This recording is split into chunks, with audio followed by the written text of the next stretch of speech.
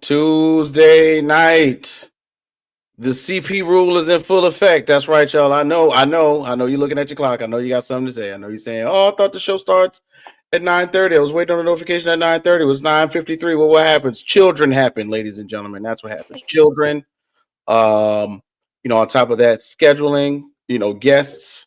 We got to make sure we got those things together. And once it's all said and done, we got a show and we got to put together. What's going on, y'all? It's your boy K Whit. You know how we do. We got Miss Avril in the building. Hey, Miss Avril, how you doing?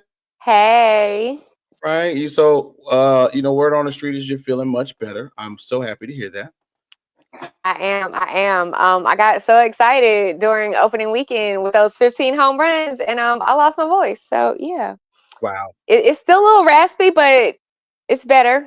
I can talk now. I actually tried to sing yesterday, so I'm a lot better now. Yes, and don't worry. I know, and with all the fuss going on with March Madness, you also were a little heartbroken, but we will get into that later. Please don't show any emotion. Don't show any emotion right now. We have plenty of time to talk about it. But as we normally do, man, we got that cold opening. Well, it's the hot opening, but it's gonna be cold today because we're going to the ice. We normally don't do this, ladies and gentlemen. We normally don't. So I'm glad you're here. You're already paying attention. You already locked in. Well, now, let me clear my throat because I'm this so excited. this is a momentous occasion as we are bringing an element to the rec room that we normally don't have. Y'all know what we do. You know what we say. We go where they don't go.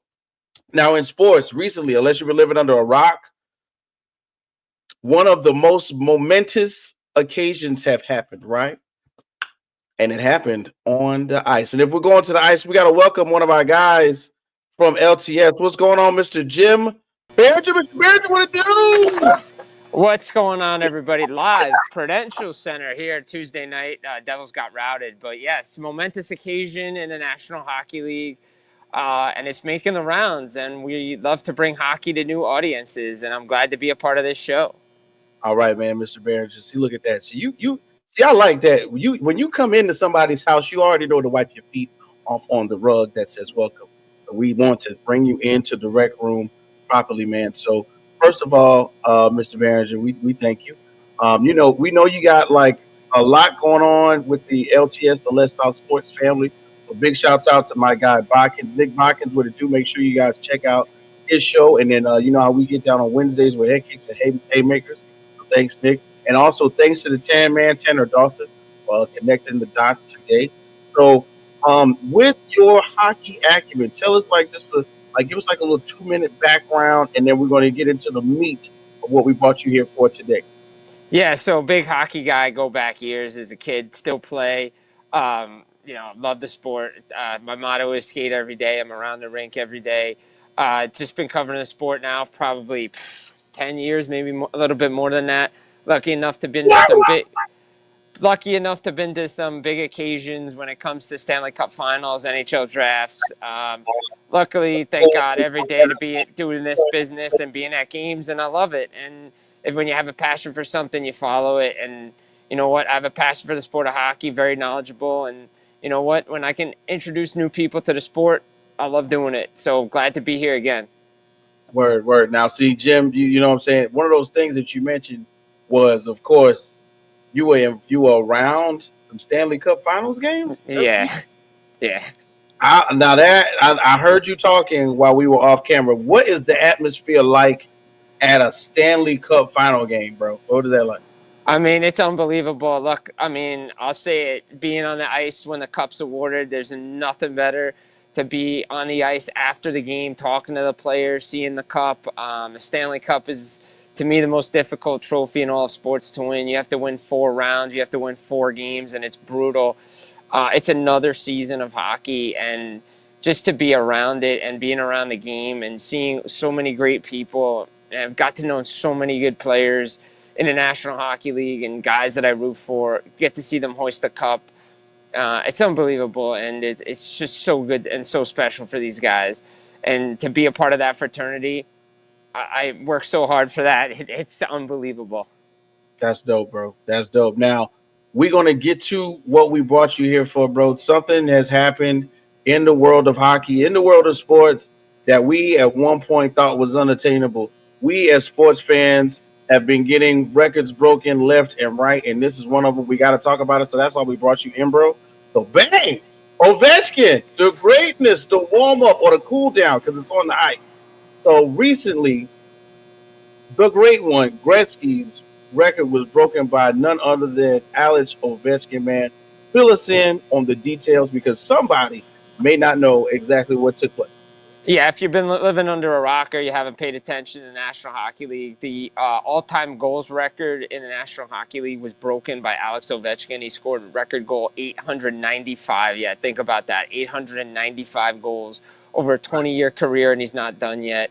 The all-time goal mark was set by Wayne Gretzky, 894 back in 1994. He broke Gordie Howe's record, but Wayne put a little bit more time on it. When he broke 801, he scored 802, so he finished with 894 goals. And we had Alex Ovechkin doing that Sunday against the Islanders, and it was an unbelievable atmosphere. People watched it. People sold their tickets. I don't blame them for doing that, to be honest. When you want to witness history, all the Caps fans come up there to see it. It's unbelievable. It's a special occasion for the National Hockey League. And when you look at it from Four Nations to the trade deadline to this, the momentum that hockey has built from that time period, people are watching the game. And to see a record that was many people thought was unattainable, just you're witnessing the greatest pure goal scorer in the game's history just demolish this thing. And he can shoot the puck from anywhere on the ice.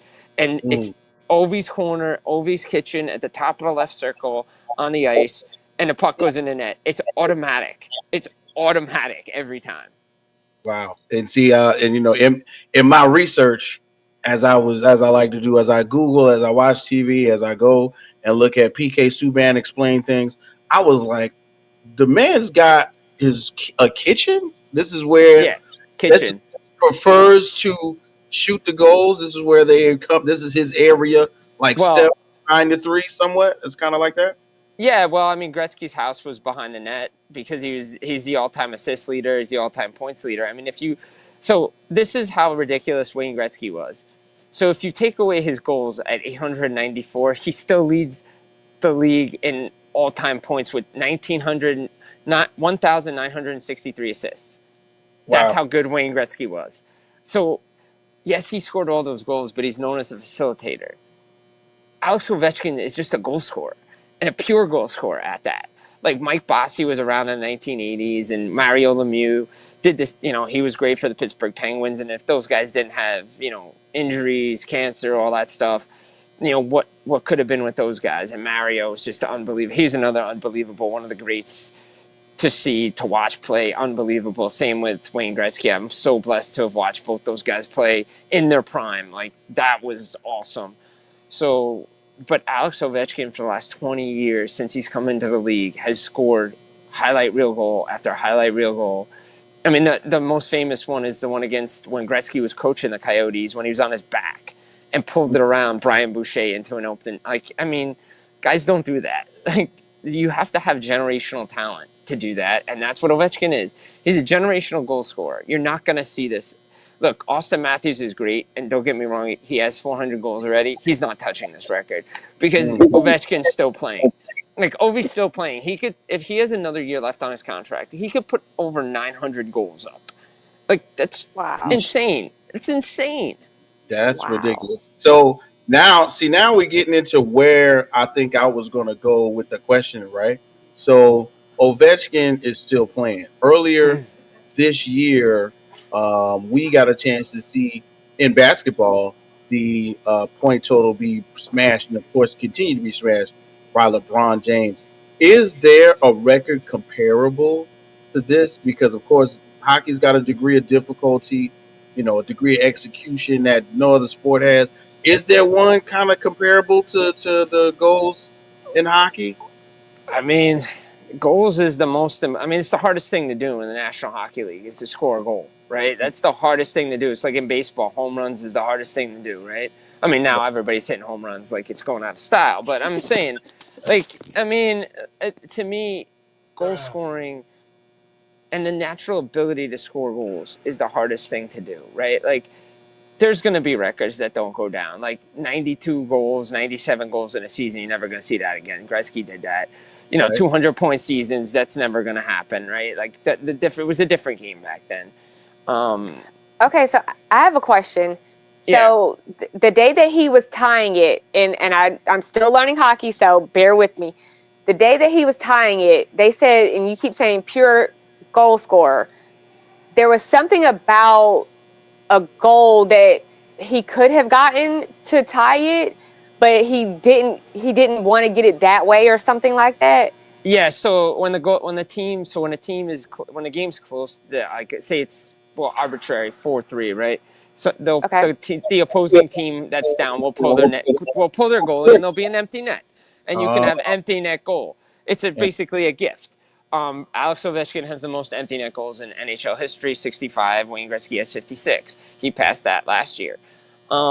He didn't want to break the record with an empty net goal. Props to him for doing that. So he didn't want to do it that way. And I get it. He wants to have a goalie there. He wants to beat a goalie. And he beat a goalie he never beaten before in Ilya Sorokin on Sunday. And he just wanted to do it the right way. And look, this is so does that make it more? Yeah. Does that make it even more special because he did it that way? Yeah, absolutely, 100%. I mean, look, to me, I'm going to tell you this as a player. I don't care how I get goals, empty net, goalie, and then I don't care. Like, I'm putting the puck in the net. Like Ryan Leonard, he's got his first NHL goal. You know how he got it? Empty net goal. Does he care? Absolutely not. Like, he got a first goal freebie in the net. Most guys don't get that. Most guys don't get it like a freebie goal. It goes off most of the time, their first goal goes off a pad. It gets deflected. It's a crap shot. It's not a good-looking goal. Like, all right, he stuffed it into an open net, and guess what? Wayne Gretzky gave him the puck after the game. Like, yeah, that kid's having a week after playing, trying to compete for a Frozen Four. Yeah, that kid's having a week coming from Boston College. Yeah, he's doing all right. I don't think anybody minds it. But Ovechkin, he's a traditionalist. He wants to do it with a goalie in the net, and I get it, right? But for me, I don't care. Like, you score a goal with the empty net, doesn't matter. Like, I didn't really care. But it's nice to see it. History was made on Long Island, and the way Wayne handled it, and the commissioner handled it, and OV handled it, and the Islanders and Chicago Blackhawks, everybody shaking hands. Like that's the one thing about hockey that you don't see in other sports is when records go down, everybody's it's a brethren, right? There's a respect, there's a mutual respect around everybody, and it's a team thing first. Like Ovechkin's first words out of his mouth, I got to thank my teammates. I can't do this without my teammates. It's not about him, right? The moment's about him, but it's still about the team, and that's what separates hockey from everything else. Man, you hit the nail on the head with that one. There are certain things that separate team sports. Hockey definitely is one of those where the camaraderie is second to none. With how they, have each other's back when it comes to necessarily fighting, when it comes to, penalties and things of that nature. You get to see everyone's heart all at the same time when it comes to hockey. So as we get closer to the little time limit that we got for the warm up, man, you kind of hit all the points. But I got one last one in my mind. Just like you said, somebody's got 400 right now. Is there a player that you can think of that might even get close? I know we got Draisaitl out there, we got Tage out there. Sid the Kid is somebody everybody knows. You know what I'm saying? Connor McDavid is out here somewhere in the streets living his best life. Like, is there somebody playing hockey right now that could come up and somehow get even close to get into this record that Ovechkin just broke? I mean, look, I think Matthews, if he stays healthy, is going to get close to 800. I don't know if he's going to even touch it because, like I said before, Ovechkin's still playing, right? He technically has another year left on his contract with the Washington Capitals. And if they don't win the Stanley Cup this year or next, does he retire? He's always said, I'm going to finish my contract and then that's it. If they're close, maybe. If Sid's still playing and Sid's still playing at a high level, oh, by the way, Sidney Crosby has the most point-per-game seasons in NHL history at 20. He broke Wayne Gretzky's record with that.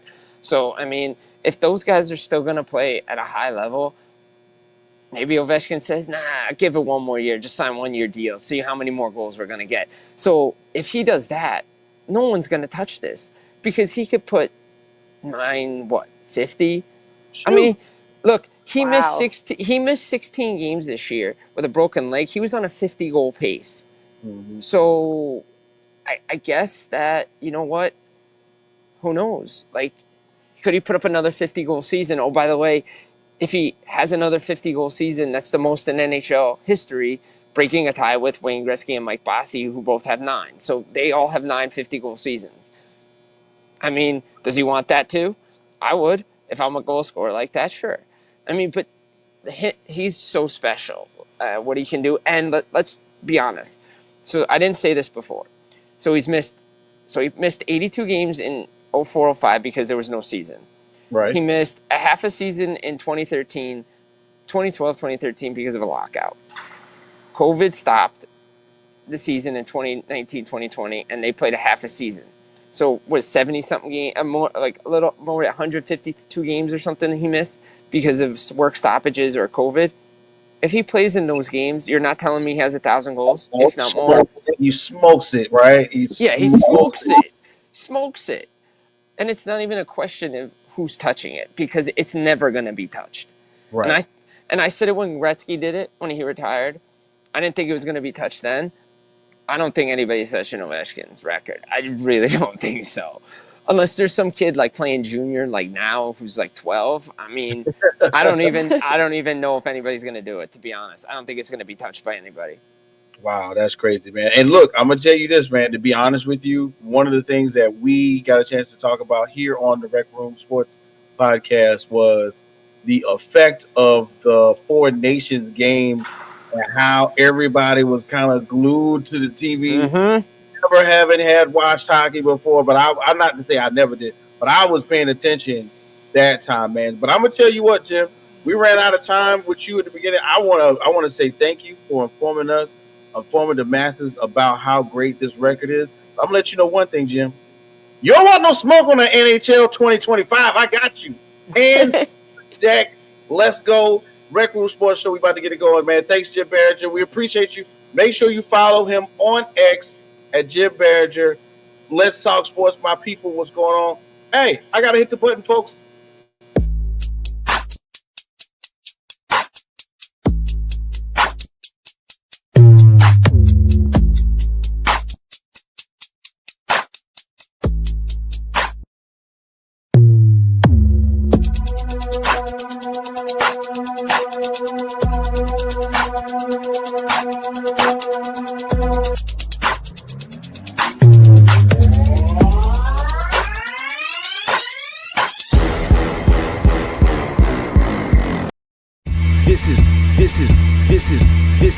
This is Rec Room Sports. Olympians carrying the torch, going where they don't go. We ain't lost.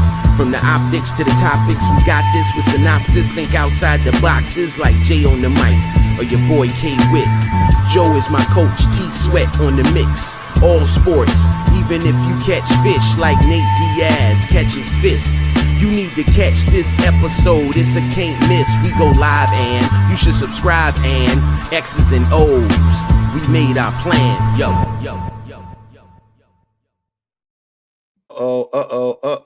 Wait a minute. Here we go. It's happening, ladies and gentlemen. We live and in full effect, man. And I don't know if you know, but I know. But we do that hockey here on Rec Room Sports, ladies and gentlemen. The man, the legend, Jim Barringer, just set the world on fire. If you don't know about Avril Ovechkin, you definitely need to know now. What's going on, ladies and gentlemen, man? It is today, Tuesday, April the 8th, 2025, in the year of our Lord, 2025. And I tell you what, man, I think we got a great show lined up today, man, but we got to go ahead and give it up to the people. One time for my homie, your homie, always in there cooking that macaroni. What's going on, Miss Yes Girl? How you doing? Woo. What's up? Hey, you like my hair? I'm in my Trinity Rodman era right now. Yes, I am 39 years old, and a soccer player has inspired my hair. Everybody watches women's sports. Just saying. Okay, I thought you was gonna hit a sexy red verse and be like, "You like my voice?" No. I'm not a big Sexy Red fan. I'm sorry. Red fan. Okay, I got you. So also we're gonna go ahead and throw it to my guy, man. One of the best producers in the land. Somehow connected the dots so we can have Jim Berger on tonight to let us know all about hockey. We're gonna talk some baseball with him. He's gonna talk more sports than that today. One time for our guy, Tanner Dawson. What it do? What's up, guys? What's up, guys? Who the heck in the books put Lakers at plus 15.5? Who does that? Come on now. Oh man, okay. Don't know where that came from. But we gotta check this out. And as you talk numbers, we got one of our best numbers guys here on the show today, Uncle Scott Cole. Thanks for coming in, Uncle Scott. By the way, they call me Mr. Brackets. No, that's not my name anymore. Mr. Brackets. Mr. Brackets. Mr. Brackets. So wow. I just came from Gino's house a few minutes ago. So Whoa! So sorry. We're throwing shots already. Gino Page and me had Jello shots for a couple hours. So. Yo, we're gonna get into that, Uncle Scott. Thank you for bringing that up. I'm sure our friend Jessica is gonna have something. And if you don't know, you're gonna know now that, of course, a momentous day took place within the last 24 hours. Somewhere on a plane, on a boat, in a car, there was a man by the name of Jay Sheen, and he was celebrating because it was his day. A matter of fact, I think yep. We live. We live from the command center as we speak. Hold on. Jay, bro, what's good? Happy birthday, dog. Yeah. Happy birthday. Yeah. Jay, you look good for 55 years old right now. Oh. You look really good. I'm trying, Scott. Just trying. We got an extra room at the home for you anytime you want to come, Jay. Plenty of room got a whole other bed and mattress pad and all that good stuff. Jay, man, thanks for making it in. I know you had your recovery, and I appreciate you for being a team player, bro.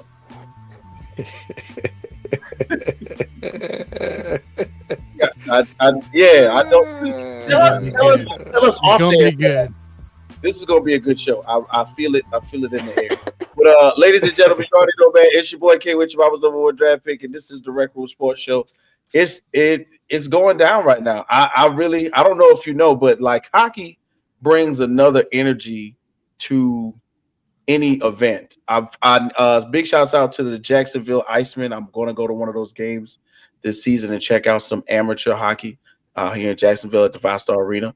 But big shout out to Jim Berger once again. But as we move on to other sports that we know and maintain, it's been going down lately, everybody. You know what I'm saying? March Madness has come and gone.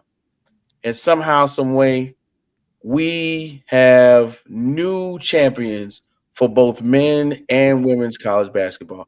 And I don't know where to begin. I really don't know where to start with this one because somehow, some way. What's going on, Alan? Oh, tuning in tonight. Just want to come in here. Yeah, hey, man, we appreciate you, big guy. Take care of yourself. Put your legs up, and just kick back and watch the show today. Alan's going to get a DNP, but we not mad about it. But once again, we got a chance to witness greatness on both sides of the bracket for men and women's, and also in our friendly competition, as Uncle Scott reigns supreme, I believe. What's going on? You know what I'm saying? We got to. But man, this past weekend, ladies and gentlemen, it happened. We crowned both the men's and the women's tournament. So we're gonna start at the beginning, man. Right here. Wow. What is the biggest story, guys? UConn winning 12 national championships or USC getting blown out? Now, I don't know if you know, you've been living under a rock.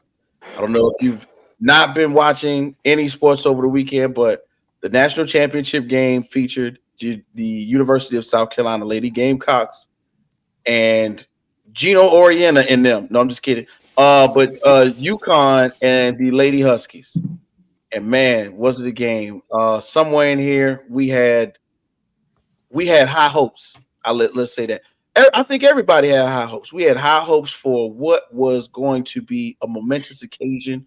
Two powerhouses of women's collegiate sports, two great coaches but somehow only one rose to the occasion. And I'm going to let, of course, Miss Avril, who's back from and recovering from her injuries.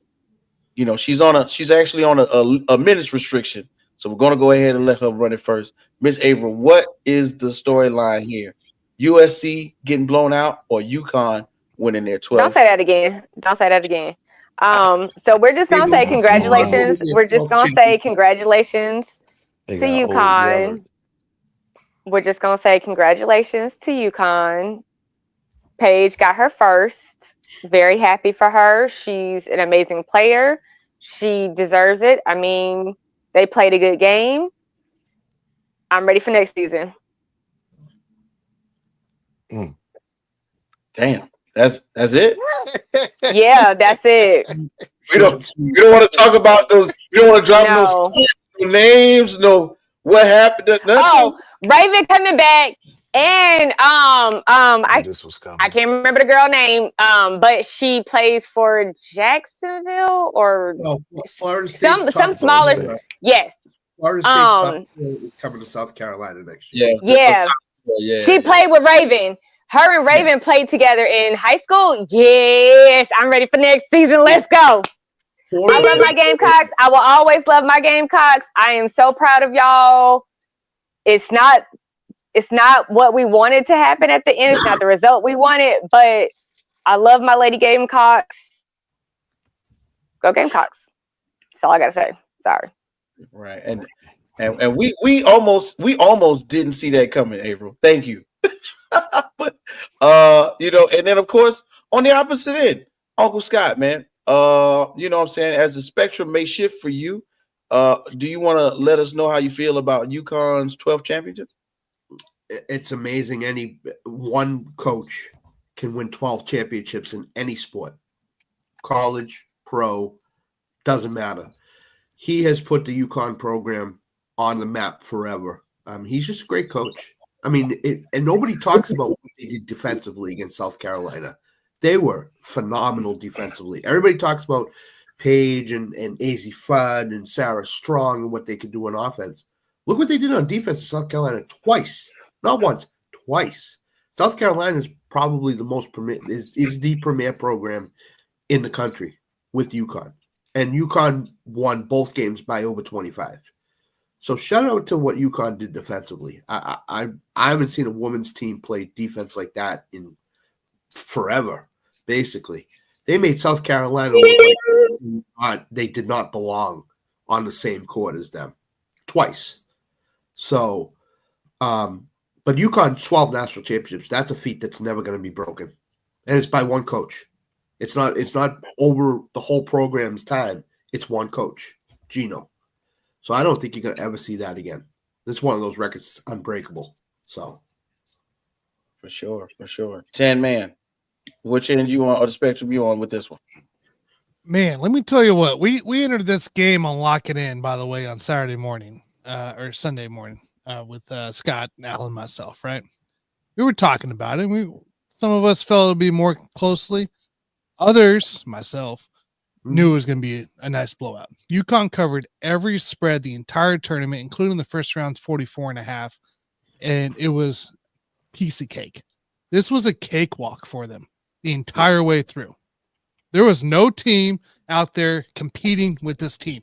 A number 2 seed, by the way, may I say, UCLA, USC, Texas. A number 2 seed just rolled all over this tournament. Wasn't even close. Best team out there. You got to give them props. You got to give them props for the way they do. And by the way, UConn, between the men and the women in title games, only have one loss. And I believe it's 15, Scott, correct me, 15 titles? I think it's 15 and 1 combined. Yep. You got to give props there. You got to give props to what the UConn program has built on the basketball side of things. Maybe one day they'll have a football team, but as of right now, they have a hell of a basketball program on both sides of the. Who was that lost to? Who was that lost to? Who was that lost to? Guys, it's been a long time. Who was that lost to? We don't need to talk about where the lost. I was waiting on that one. You brought it up. Don't bring it up if you don't want me to speak on There's it. only one. There's only one. All right. To this one. This one. We're only worried about this To year. this one. Anyways. Okay. We're worried about this year. By the way, is this not the most dominant team in a bracket ever? Has anybody ever like dominated a whole entire bracket the entire way through? And now that you bring that up, that's a good question. What you want to say? I don't believe so. I go back to the 70s. The only ones you really could say was probably UCLA in the 60s when they won all those championships in a row. But other than that, Duke has never been this dominant in men's side. South Carolina, weren't they dominant last season? Last season, you better give us our props for last season. But did they roll the entire like? Was it even close in the games? Wow. The only close one was Iowa. Iowa was close, but I don't think any of the other ones were close. Right. So yeah. So we've never seen something like that. Like we haven't in at least the last 10 years. Yeah. You don't see teams winning Elite 8 games by over 25 points. You're covering spreads of 44.5. I believe it was 16.5. I believe the UCLA game was 9.5. Scott finished at or 10.5. Yeah. So like you're talking about all these spreads here, and again, wasn't even close. And we had 6.5 going in the title game, and that was easy. So easily from a betting perspective, guys. I'm just talking from a betting perspective here. Couldn't tell you names, Jack, and all that. So, but I'm from a betting perspective and what I follow, it was dominant. Yeah, just throwing it. Now, from the gentleman who is still seemingly celebrating a birthday, man, your end of the spectrum, man. What you thinking? The 12 national championships, bro, or the blowout, so to speak? I would say 12 championships, because I would say mainly because the fact that he hasn't won one in 9 years, Gino. That was pretty big, and then Paige about to pretty much go out without one. So it was great for the school success. It was great for his success. But this just like you said, man, this one hit different because of what they've been through to get this championship. I mean, Paige Beckers was pretty much, with her getting hurt, and then can you imagine with all these great superstars that have come out of UConn, she doesn't have one after how dominant she's been in college basketball, outside of that injury. I mean, come on, so that would have been pretty much. I would have felt bad, that she didn't get one. Out of all the greats, like I said, but it's definitely a bigger story of the blowout was. Let's just two things. Let's just all just pretty much just hey, we knew. I don't know. Look at Sarah Strong. And look at Joyce Edwards. All right. I'm not saying that one is better than the other, but Sarah Strong is more polished. When I seen her first game, I was like, damn, this is gonna be crazy. Yeah. Because we didn't even get to see like what they can be really full strength. For a while, you're talking about Paige coming off of her injury. I believe was it Fudd? Fudd was injured too. Yep. Fudd was injured too. Yeah. So, I was like, this looks scary. So, I mean, we got to kind of like just let how they say, let nature take its course. Like, it's like a tornado coming through, man. Just let it go. It was inevitable, man. Like with what we have, no one person on the bench, it doesn't matter if that person would have started or not, AD. I'm paying attention to the comment, man. My Malaysia for a while, it would not, her scoring 40 or 50 would not have won this freaking game.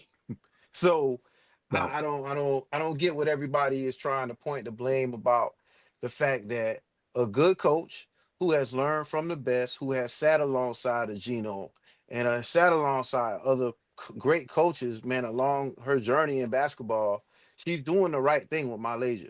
When you look at where she comes from, how she is as a basketball player, what she may need, the fact that they actually have somebody that has been by her side since she's been like freaking in the 5th grade on the bench as well. I think they're doing enough for her to come along the way she's coming along. So like, let's stop poo-pooing Dawn Staley or the system or whatever. I'm tired of that. I'm just done with that. Like, obviously, we are showing the fact. Yes, some of you Gamecock fans are showing the fact that you're casual basketball fans. You're not used to the game, obviously. So like, just let people who have played the game and coached the game, let them do their job. You know what I'm saying? Just let them do their job. Listen, Because all this. agreed, Jay. Sorry, I agree Scott. with you. When Gino leaves coaching, Dawn Staley will be the best women's college basketball coach in America. No question about it. No question. I mean, you can't take it away from Gino because he's won 12 titles. He's the best coach in America in women's basketball. But when he retires, Dawn Staley will be the next one. She will be the top coach in America. And I don't think there's anybody you could say that's any better than her. So And right. And let lightning strike. You know if I'm wrong, but is anybody lining up to say that they're transferring?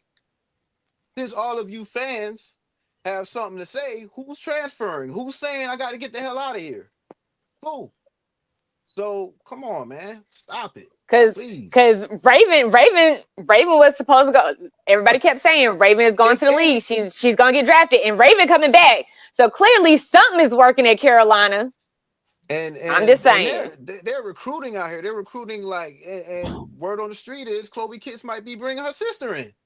So like, that doesn't look like a toxic situation where people are trying to get the hell out of Dodge. So like, let's stop, man. Like, come on, man. Like for you fans out there, like, stop, please. I will say, even so, I went to 4-5 games this season, which is more than what I normally go to, like 1 or 2 in person. I went to like 4 or 5 this season. From the game that me and Jay saw together to the last home game, round 2, I saw so much growth in Malaysia, like so much growth. And I mean, that's Dawn. Like, that's Dawn. I mean, y'all can't get mad at her for coaching the way she coaches. She does what she needs to do with her players. And I mean, look at Asia. Like, what you want? I mean, come on. Let her cook.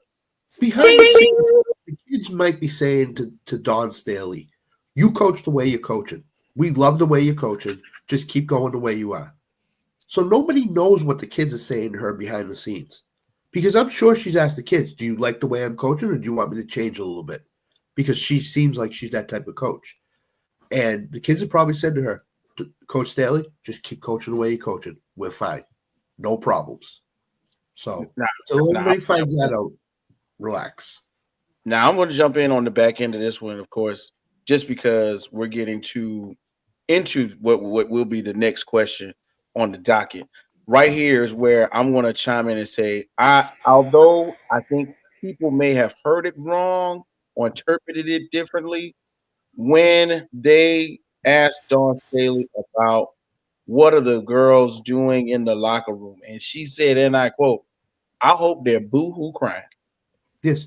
What? I don't care. I gotta say, I don't care what nobody else thinks. That's what your coach's supposed to tell you. You made it all the way to the championship to have that type of output for the way that the season had been going. I would cry. Shit, I'm sorry, but hell yeah, I would cry. The water boy or girl is crying. The athletic trainer is crying. You know what I'm saying? Everybody is supposed to take a note of the feelings of losing at the height of competition. Wait, you know what that shows? Kids care. The kids care a lot. Yeah, thank you.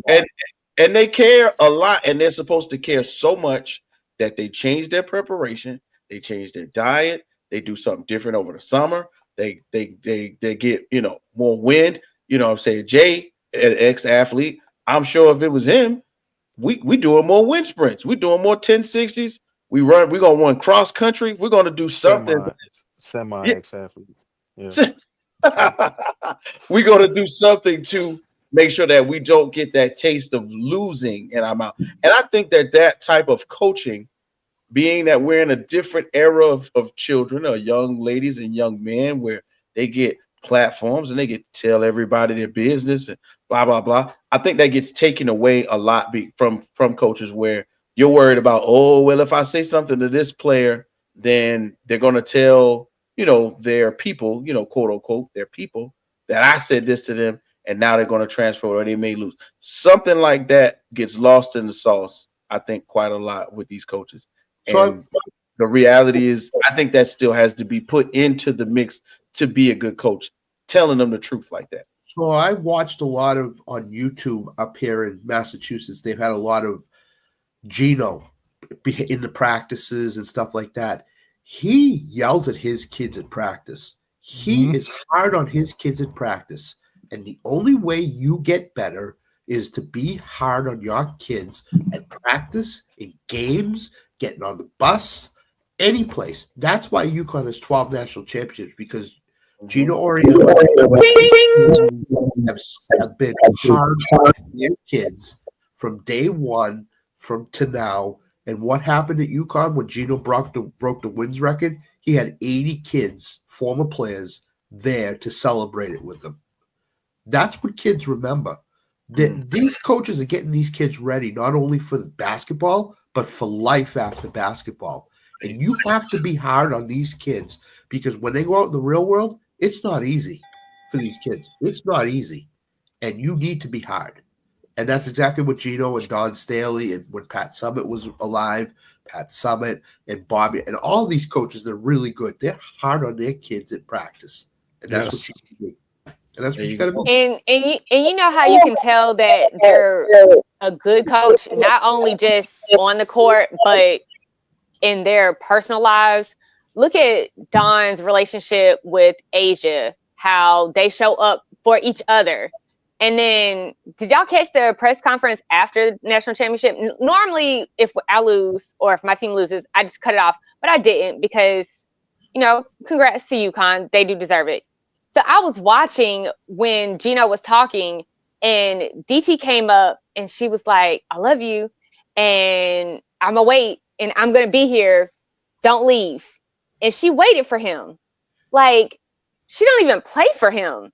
She's just there watching a game, but you're staying there just to talk to your former coach.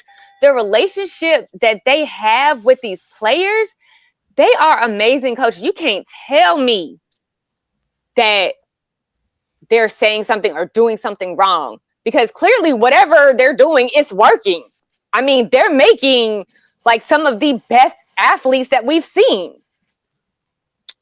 And thank you, Ms. Avril. That's a perfect segue into our next line of question, because it is centered around just that. We've mentioned Gino Oriolo, we mentioned Don Staley right now, but let's focus on Gino, right? With this being his 12th,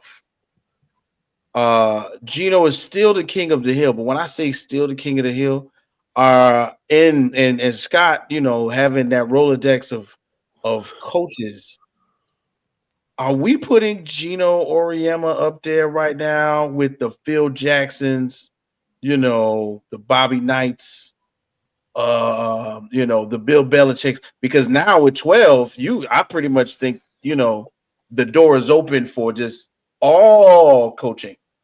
Is Gino Oriolo at the king of the hill in all coaching now, or can we put him on the Mount Rushmore of coaching? Let Avril go first. Yes. Yeah. Okay. Yes. Yep, she's up yes. There. Yes, he absolutely should be on the coaching Mount Rushmore. But Scott, I know you said he's a winningest coach for women's. No, he's the winningest coach in all of basketball. Give him his flowers. Give him his props. Agreed. He is the winningest coach in all of college basketball. He deserves that. He is the king of the hill. There, when it comes to college basketball, you can't get better than him. Just saying, you have to give the man his props. Early in his coaching career, probably early to mid, a lot of people hated him. A lot of people did not like him because he seemed like he was cocky, arrogant, stuck up, didn't have time for the little coaches, stuff like that. I went to a clinic and he was speaking, and there were a lot of coaches that like him or hate him, you respect him because he also brings humor into his presentation, and that's what he does at the press conferences. You see a lot of humor, a lot of light moments with him. He has a special relationship with his players that I don't think a lot of coaches have, and it's because of his toughness on these kids. Is he on the Mount Rushmore? Absolutely. When you win 12 national championships, I don't care what sport it is, you deserve to be on the Mount Rushmore. He's the winningest, as Avril said, winningest coach in basketball history. And I don't know if anybody's ever going to break 12 natties. It's going to be tough. But you could put him in the same breath as all those coaches that you mentioned. Whit, he's right there with them. Most definitely, man. Jay, where you got Gino at, bro? Man, I'm gonna be honest. I'll take Bobby Knight out that list. I'm sorry, I had a problem with that. Yeah, he's not as dominant as you talk about as far as a Geno Smith or Bill Belichick or Phil Jackson. I can agree with that. It's just and just like Scott said, I didn't like him at first. I thought he was doing. You look at things that take place. I kind of compare him to, and I wish I could remember his name, but I know y'all it's gonna ring a bell with most of y'all. The guy that used to be the coach of the Belarus gymnastics team. Mustache. I can't remember his name. Karoli. There you go. I think some things took place there, but like it was just, you look at certain dominant coaches and it seems like they were at the time looking for something on him possibly, and just him building. When you build a program the way he built the program, like Coach K built Duke, like Dean Smith kind of touched on a little bit, and kind of took it and ran with it as far as what he did in Chapel Hill.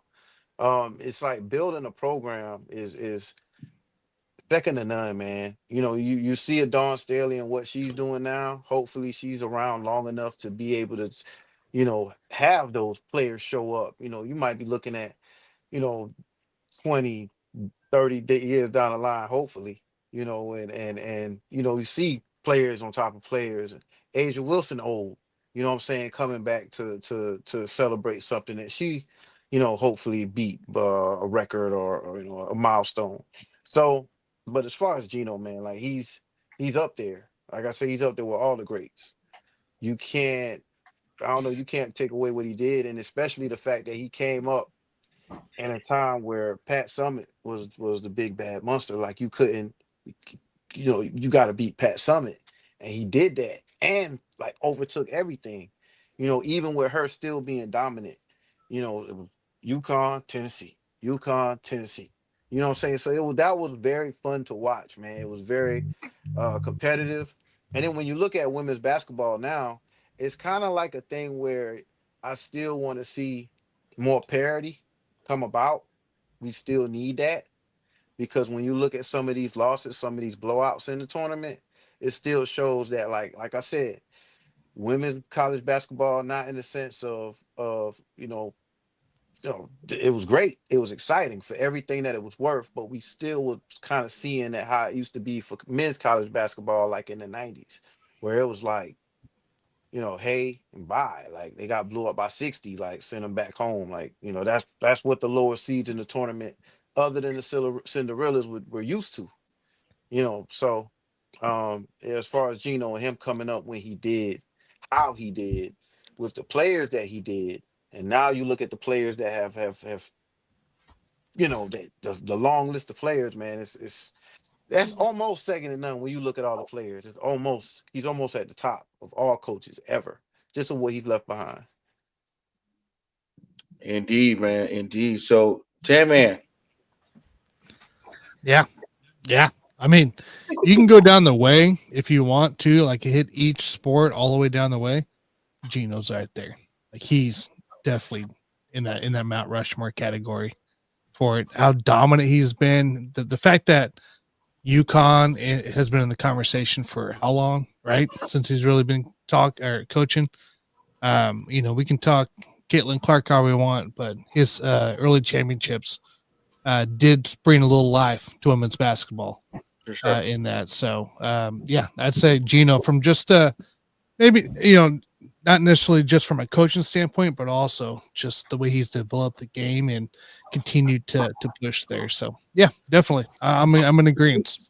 Wait, this is how far UConn has come. UConn women's basketball. When they interviewed Gino and they hired him, the gym, they only had 100 people at every women's game. That was number one. Number two, he had to go beg people to come to the games. And he had to go into the cafeterias, into the classrooms, into wherever he could go and beg people to come to the games. And then when he said this, because I watched a show called Gino's Legacy, when he recruited Rebecca Lobo, whose mother did not want her to come to UConn, that's when things started to turn for UConn, because she was the number one recruit in women's high school basketball. And she was in Southwick. She wanted to come to UConn and play with Gino and play with Chris Daly. And that's what all this started around. But they were only 100 people at games. It was bad. They didn't even show them the gym at the interview. That's how bad it was. The gym was run down, was decrepit, was old. It was just, they called it, I think, Curry Hicks Cage or something like that. And it just was, it was bad. When you look at games in that gym, it was awful. It was horrible to coach in. So what he's done for that program and what they have now is just amazing. It's amazing. He's done it all on his own. So with the help of boosters in UConn, but he's done a lot of this on his own. So again, he's built this program up so far that he needs to be on the Mount Rushmore coaches. And anybody that says he's not, I don't know what your problem is, but look at the whole body of work that he's done in his coaching career. It's amazing. It's amazing. Scott, it's funny that you say that, because you can catch Dawn early in South Carolina when she got to South Carolina out at restaurants passing out tickets. Yeah. So I remember getting them free tickets and them $2 tickets and begging people to come to the gym and like having no fans in the stand. Like, I remember those games. I was at those games. Yeah. It's amazing where women's college basketball is now. And you know what?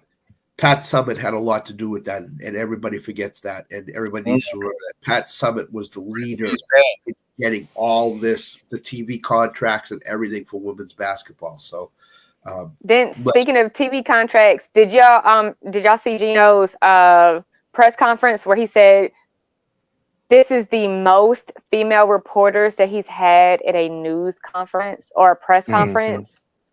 That was amazing. He was like, I am so proud of y'all. Y'all look amazing. Like, that was big.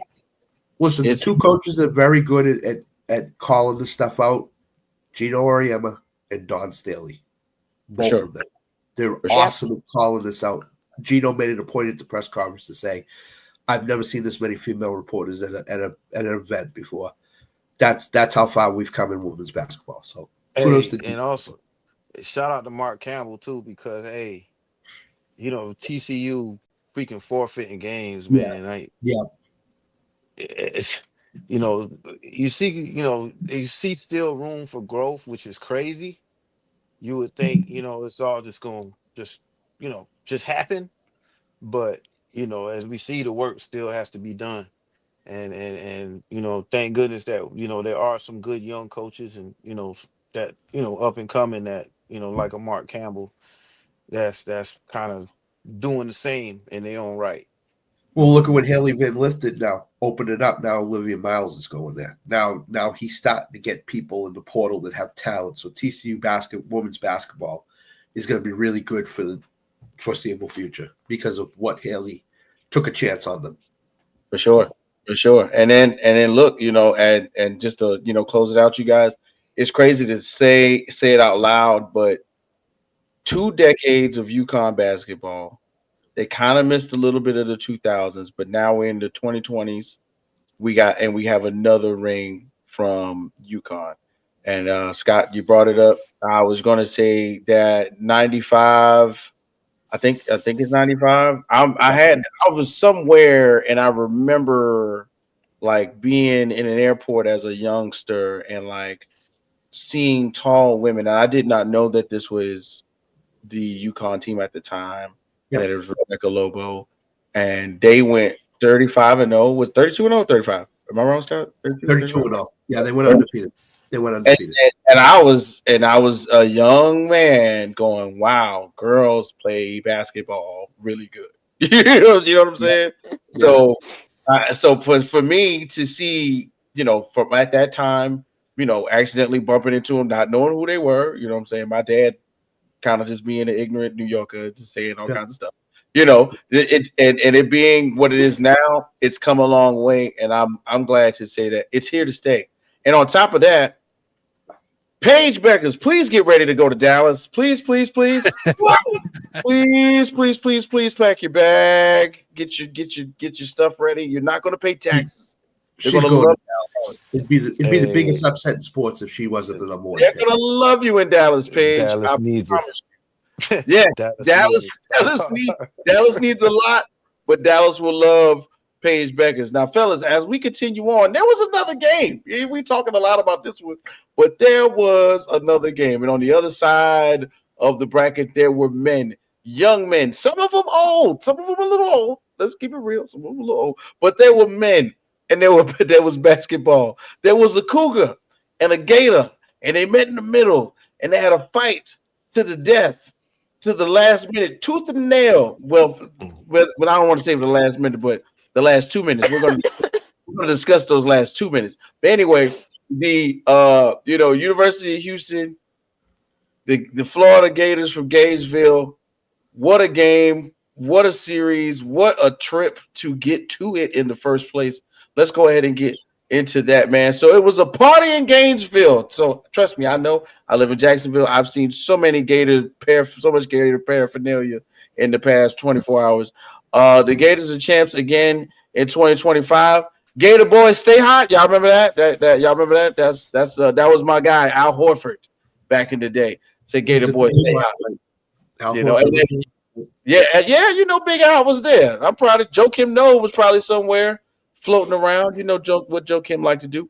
But anyway, as we continue on, fellas and lady, the second game that was on the docket was, of course, a heater between the Florida Gators and the University of Houston, aka Fly Slammer Jam and all that good stuff. And somehow, some way, it came down to a nail biter.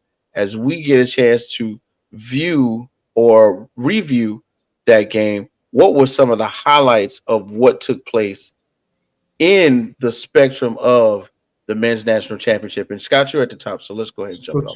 So two things for me. Number one, Florida barely get out of a lot of games in this tournament, and they did it again last night. So kudos to them for sticking with it. Walter Clayton Jr., he's the man. He's just a man among boys. Number two, the last possession. Okay, I understand that if you pick it up, it's a violation. But what else are you going to do? Your teammates are nowhere near you. You have 4 seconds left. Just touch the ball and have it be a violation. Make Florida go down and make 2 free throws and win the game. Guy jumps up, comes down, and he drops the ball, and he stands there. I understand he didn't want it to be a violation, but guess what? The clock up above is running down. You got 4, 3, 2, 1. By the time you pick it up, it's 0.3 seconds or whatever. Just pick the ball up, have it be a violation, and then let Florida end it on free throws. If they're going to beat you, they're going to beat you on free throws. If they miss one, it's a 3-point game with 4 seconds left. Plenty of time to come down and get a shot off. So Houston didn't shoot the ball in the last 2 possessions at all. And that to me is, as Calvin Sampson said last night, he still can't comprehend himself in his mind how they didn't get a shot off the last 2 possessions. So it's not even, and we're going to get into that. It's not even the last 2 possessions. It's the last minute and 14 minute of the game. Yeah, what happened to Duke in the semifinal happened to Houston last night. So I mean, it came full circle around. But again, that last possession, just pick the ball up. Just violation. So what? There's 4 seconds left in the game. You foul them right away, send them the free throw line. If they miss one, because Florida was not shooting foul shots well in the second half. If they miss one, you're down 3. You got the ball with 4 seconds left. You got a chance to win, to tie the game and send it to overtime. That was my thoughts. Well, okay, and look, you hit the nail on the head, and we're going to, of course, get into that last minute and some change. Of course, to kind of get into the depths of what really took place. Jay, somehow, some way, I believe me and you were texting while this was happening. What are your thoughts? I mean, to me, the last 3 or 4 minutes was pretty much what we thought we were seeing out of Houston. We saw the social media stuff. We saw them pretty much diving on the floor and going after loose balls. And for some reason, they had the wrong uniform on. The guys in the blue uniforms were doing that. And it just looked like a complete role reversal the last 3 or 4 minutes. We gotta talk about just like Scott said, that last shot, man, or that last whatever attempt, dude. I mean, I feel so sorry for Kelvin Sampson. The look on his face looks very familiar, man. Looks very familiar. Believe it. Couldn't believe what he was watching. That's the look on his face last night. I can't believe it. I can't believe it. I ain't gonna bring that up. But what my whole thing is, I've seen it look like that before, and for him to be that old and have to lose a game like that when it's gonna be his first. This was gonna be his first. He was there. He was right there. Right there. To go out like that, it's man. It could be very motivational because of the type of person Kelvin Sampson is. But damn, but yeah, the last 3-4 minutes to me, man, Florida turned up the defense. They hit big shots when they needed to. Houston lost that game more than Florida really won it. That's what I think. You know what I'm saying? Even though this was a back and forth game, this was, even with the fact that Houston had such a big lead, it was a pretty exciting game, man, back and forth. But those last 3-4 minutes, man, defined pretty much Florida in a nutshell. It sucks, man. I still Kelvin Sampson, man, he's a good guy. You know what I'm saying? Even when, they went against North Carolina when he had Blake Griffin. I think that it was him. He had Blake Griffin. We thrashed him, took care of him. Anyway, it's just, yeah, man, you want to see him win one. This was it for me. This was it for me. And that was it, man. That hurt. That hurt. Oh man, yeah, it looked like it hurt, especially from our point of view. Damn, man, on his face, man. The points. How did we do on the books with this one? How do we do on the books on this one? I mean, Scott, how do we do on the books on this one? Because you're the one who actually bet the spreads and the game lines. I bet player props, and I missed really well. I missed that. Yeah, 1 points, rebound, or assist on this one. We were locking in. We were spot on both games. I think we were really spot on both games. Myself, Tanner, and Alan. We did really well. I called this an under game from the beginning. It's 144.5 or 141.5. That was the over under. That hit, of course. Under 66.5 in the first half. That hit. Under 74.5 in the second half. That hit. I think Tanner hit most of his play props, if I'm not mistaken, if not all of them. I was one props shy on Walter Clayton Jr. I think the book setting it at 141 was a mistake. Yeah, because you knew Houston was gonna insert their will in this game. You just knew it, and Florida plays defense too. I think Tanner mentioned it. Weren't they both top 10 defenses in the country this year? Yeah. You're looking at number 1, of course, with Houston, and number 9 in efficiency based off KenPom for Florida. And you're looking at the top 2 teams, or top 2 of the top 3 teams in just overall efficiency between the offense and the defensive side on KenPom. Number 2, number 3. Number 1 was Duke. Number 2 was Houston. Number 3 was Florida. I mean, hey, you know what? In the end, guys, it came down to coaching. It really did. It came down to coaching, and Florida being down 12 in the second half, having that atrocious start they did to that second half, fouls everywhere, a couple questionable, sure, whatever. But man, you couldn't hit a shot to save your life, couldn't hit a lick, and then you started coming alive. You started playing. You had to make an adjustment, right? You had to make an adjustment on your shot selection in general. You had to go try to beat them down low, which you did, and quite frankly, you had to play your defense. There's a reason why they're number 9, because they can play defense when they need to, and we saw that they frustrated Houston, who was making 3 points. That stopped, and just the coaching adjustment in general of getting their team back in it. You take the lead. Now you're back and forth for the last 5 minutes, going all the way down, forcing that final, shot that didn't happen in the end. Like, that was coaching adjustments, guys. It was coaching adjustments. The players believing in it. Florida, I mean, either one of these teams, you keep playing, it's going to keep going back and forth. Right. None of those guys are giving up, and that's the best part of this game here. This was an absolute hit for a national title game. Absolute hit. This is exactly what we want to see. There was a time early in the second half where I thought the over's gonna hit because both teams were scoring, and then all of a sudden they went through a 5-minute stretch where it was like 4 to 6 points total, and I said, no chance it hits now. Sometimes you can find mistakes in what the books put out. In this title game, there were mistakes all across the board. The defense had to come alive for both teams in order for them to win the game. Yep. Florida had to play their defense. Houston had to play their defense, and they both did it. They both put themselves in a great chance of winning that game. And ultimately, I mean, time runs out, right? Time runs out. Pressure's on somebody. And it's just so happened to be pressure on Houston in the end. So, but like I said, this was the kind of title game that I like to see. I like to watch. I know Scott enjoyed it a lot. I know a lot of guys enjoyed it. Yeah. It wasn't a 90 to 100 ball game or anything else like that. This was overall all 2 phases of college basketball. Your defensive side, your offensive side, and executing. Phenomenal game. I loved every minute of it, and quite frankly, to me, probably the right team won. Probably the right team won with Florida in the end. But hot Dane Sampson, I wish he would have got it. I really did. That would have been nice. And I'm gonna close it. I'm gonna close this one out on this note. So if I'm not mistaken, the first half had a total of 6 fouls.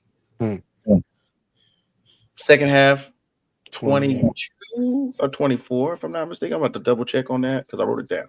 Houston committed 6 fouls in like 45 seconds or something like that. It was some ridiculous number. Yeah. It was. I think the physicality turned on, but it was too late for Houston to have it turn on. They should have been playing that way from the beginning. They had won like 85% of their games where they kept the opponents under 70 points. And this is one of the few that they lost when the opponents were under 70. And in my opinion, the whole point was, and I think me and Jay talked about it. We didn't get a chance to talk about it in the hoop because we didn't do it. But Houston had won multiple nail biters all season. It was made for them to kind of pull away or put the clamps on teams at the end, and just so happened Florida reversed psychology them to a degree and put them in the chicken wing. You know, that last possession, and we're going to get into it right now. You know, Houston, we have a problem. You know, I saw 2 of the weakest picks set in my life. Like, no separation from anybody. I mean, you know, even I know, hey, stand still, put your elbows and arms, just show the length out here this way and stand still. If you're not the guy that can, you know, whiff on the screen to roll to the basket where we can see you and we can get you. If that's not what you do, please do me a big favor.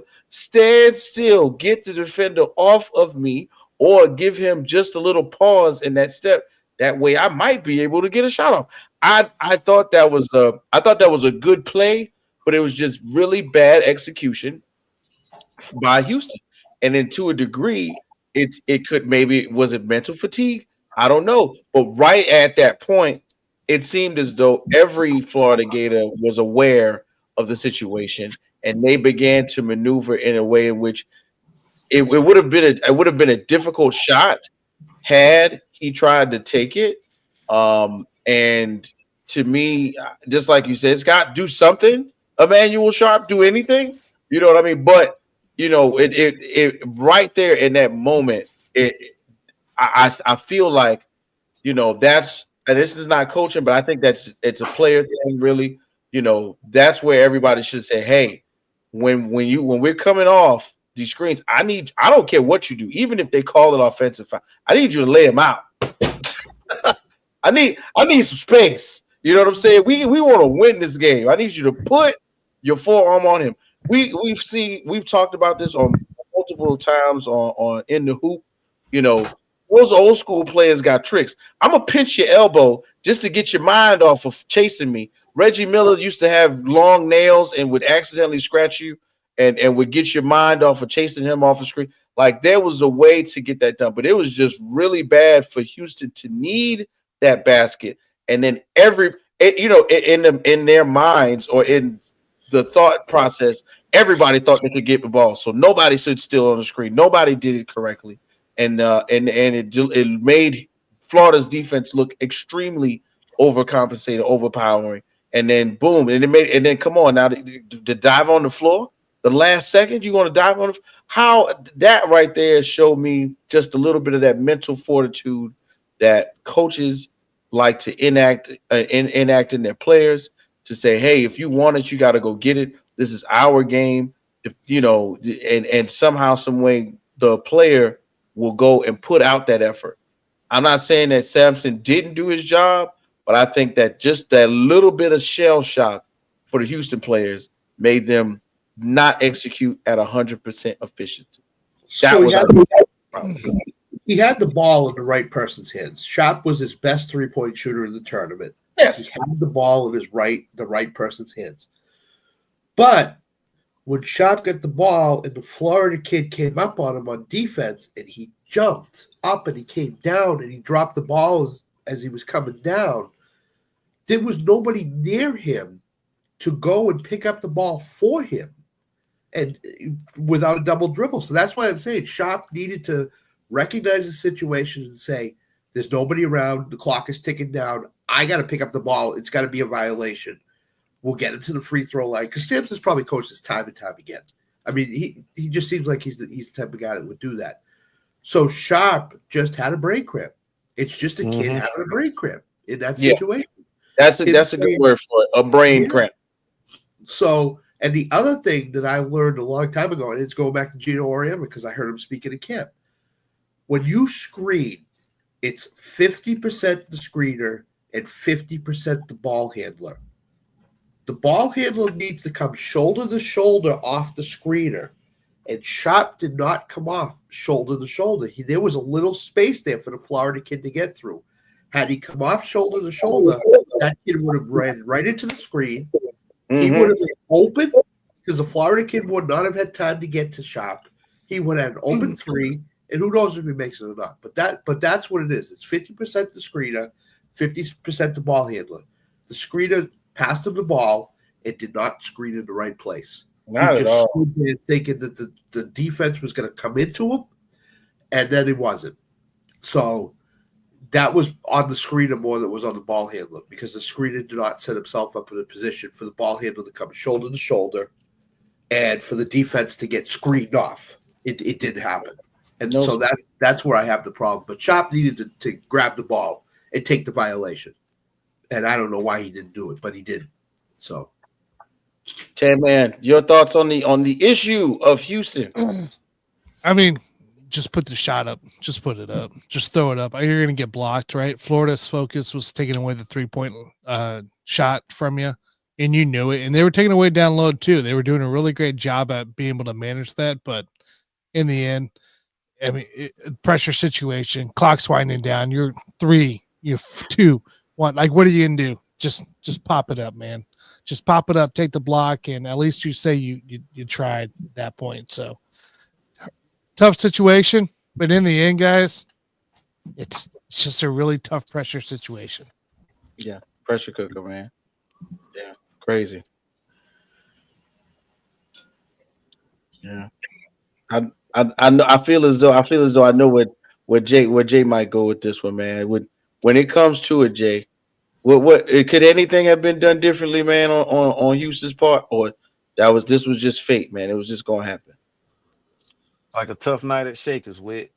Oh man, they don't know. I just that look on his face, man. Real quick, I remember my brother, man. I was waiting on him. We were at a spot, and I was waiting on him. I fell asleep, passed out, fell asleep. I looked for him. I was looking for him, and in the dark, I could see like a silhouette of something very crazy happening, and all I can do is just sit and wait. And I had to look on my Anyway, so yeah. It was tough, man. It was tough to watch him just there, like, what are you doing? What are we doing? You couldn't just get a shot up, man. You couldn't just try, like, I guess just like Scott said, like, you're having a brain cramp, but it's just like he was just more afraid of the failure of a double dribble or a travel or whatever in the last seconds of a game. He was more afraid of that. Type of failure than actually just saying they might miss it. They might miss the call. They might, like, what? Yeah. Or he could get fouled. He could have threw it up and got the mess fouled out of him and shot some shots. I didn't even think of that one till just now. It's one of those. It's one of those. I don't want to make the final mistake to us lose the game. I'm not. I made one mistake already. I'm not comprehending it with the second mistake, so I ain't touching the ball. And I'm just leaving it. So you saw what Chop was doing. He was kind of playing one of those Indian things around the ball, like nobody else in Florida is going to touch it. I'm going to box him out, wait for my teammate to come. Well, the clock's 3, 2, 1. It's crazy watching the rest of his teammates just sitting there. Like, they're like they couldn't comprehend what to do. They were like, what's he doing? It was like the What's kids. He got going on? Yeah, I know. Why is he blocking him out? What is he doing? Yeah, what was he thinking? It was too late. That's rough, man. It's rough, man. He's not gonna get another chance like this, man. Never again. I don't think so. I don't know if we could say that, but I mean, he's 69 years old. How many more years is he gonna go? 5, maybe 6 at most. He's 69. 69. Nice. Yeah, nice. Sweet. Oriem is 71. He's 69. How many more cracks are they? Each one of them going to get. Oriem more so than Sampson, but yeah, Gino might have a couple somewhere in there, but Gino might have a couple more years. I thought he was 80 something. Another crack at it. He'd be all right. I think he'll get one. He'll get up in there, man. Like he's been in the mix since he's been there. So let's.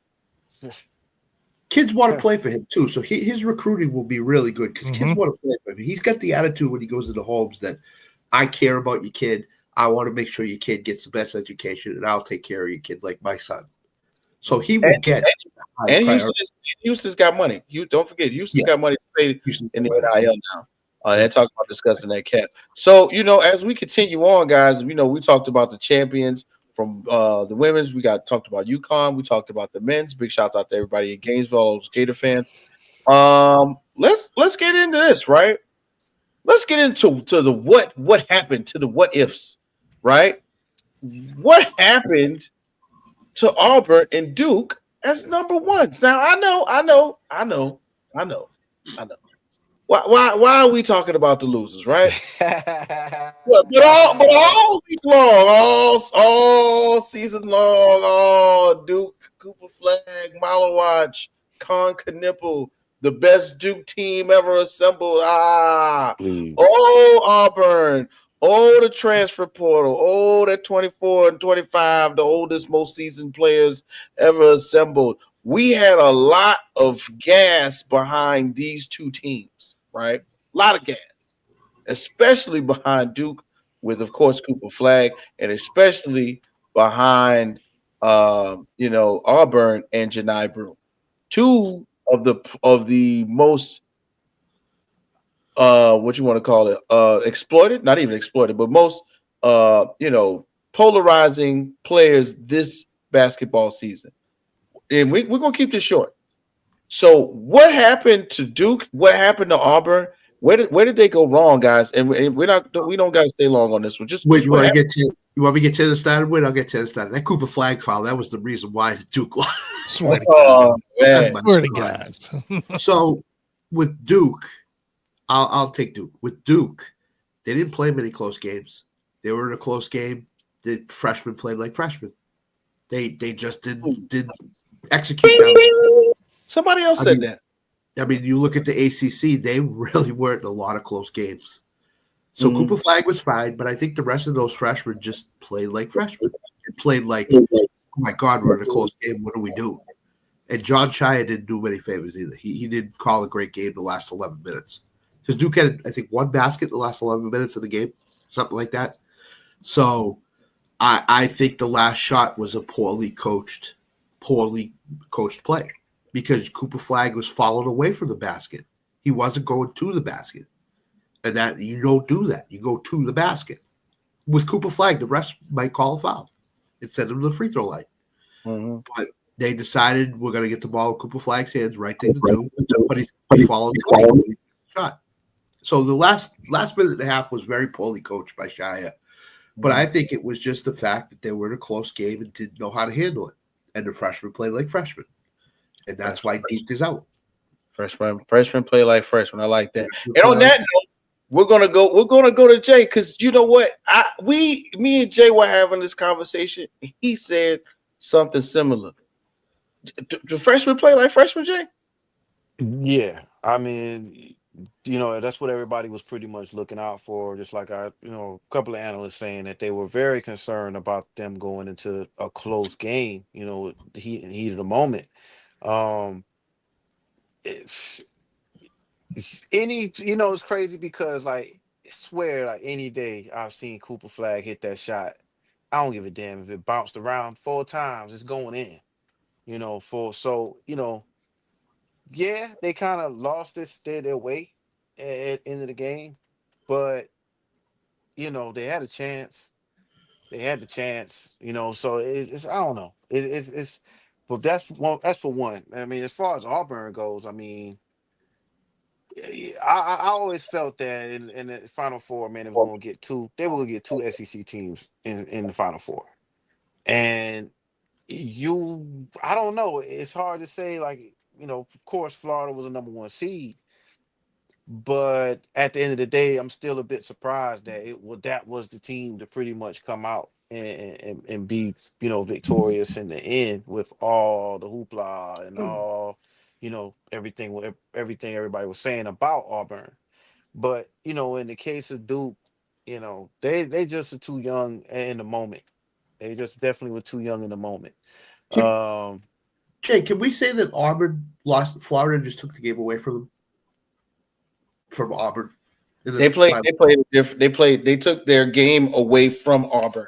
Yeah, the game Auburn likes to play, they took it away. Yeah. That's what I think. That's what I think. I think the team was more mature than skilled. When you talk about an Auburn team, I think that team was more mature than skilled. Yeah. I mean, that's just the best way I could put that. I'm not saying that it's just the teams that you see going into the tournament and these teams that were mid-majors, but they had seniors compared to a team with like freshmen. And you see that it wasn't the skill, it was the experience. You could tell they had the experience. They did certain things repetitively. That pretty much alone pretty much got them to where they've been. But yeah, with Auburn, it kind of sucked, man, to see these guys who like I said, I didn't see them winning at all. For that fact, mature, yes, But and you thought a team like Duke, but now when you say Scott reacts about Florida, like they played their game. They definitely played their game. I mean, Florida been playing. I don't know, from early on to the season to the end of the season, you see a different Florida team. You've seen them mature. You've seen them pretty much come, still into what they became.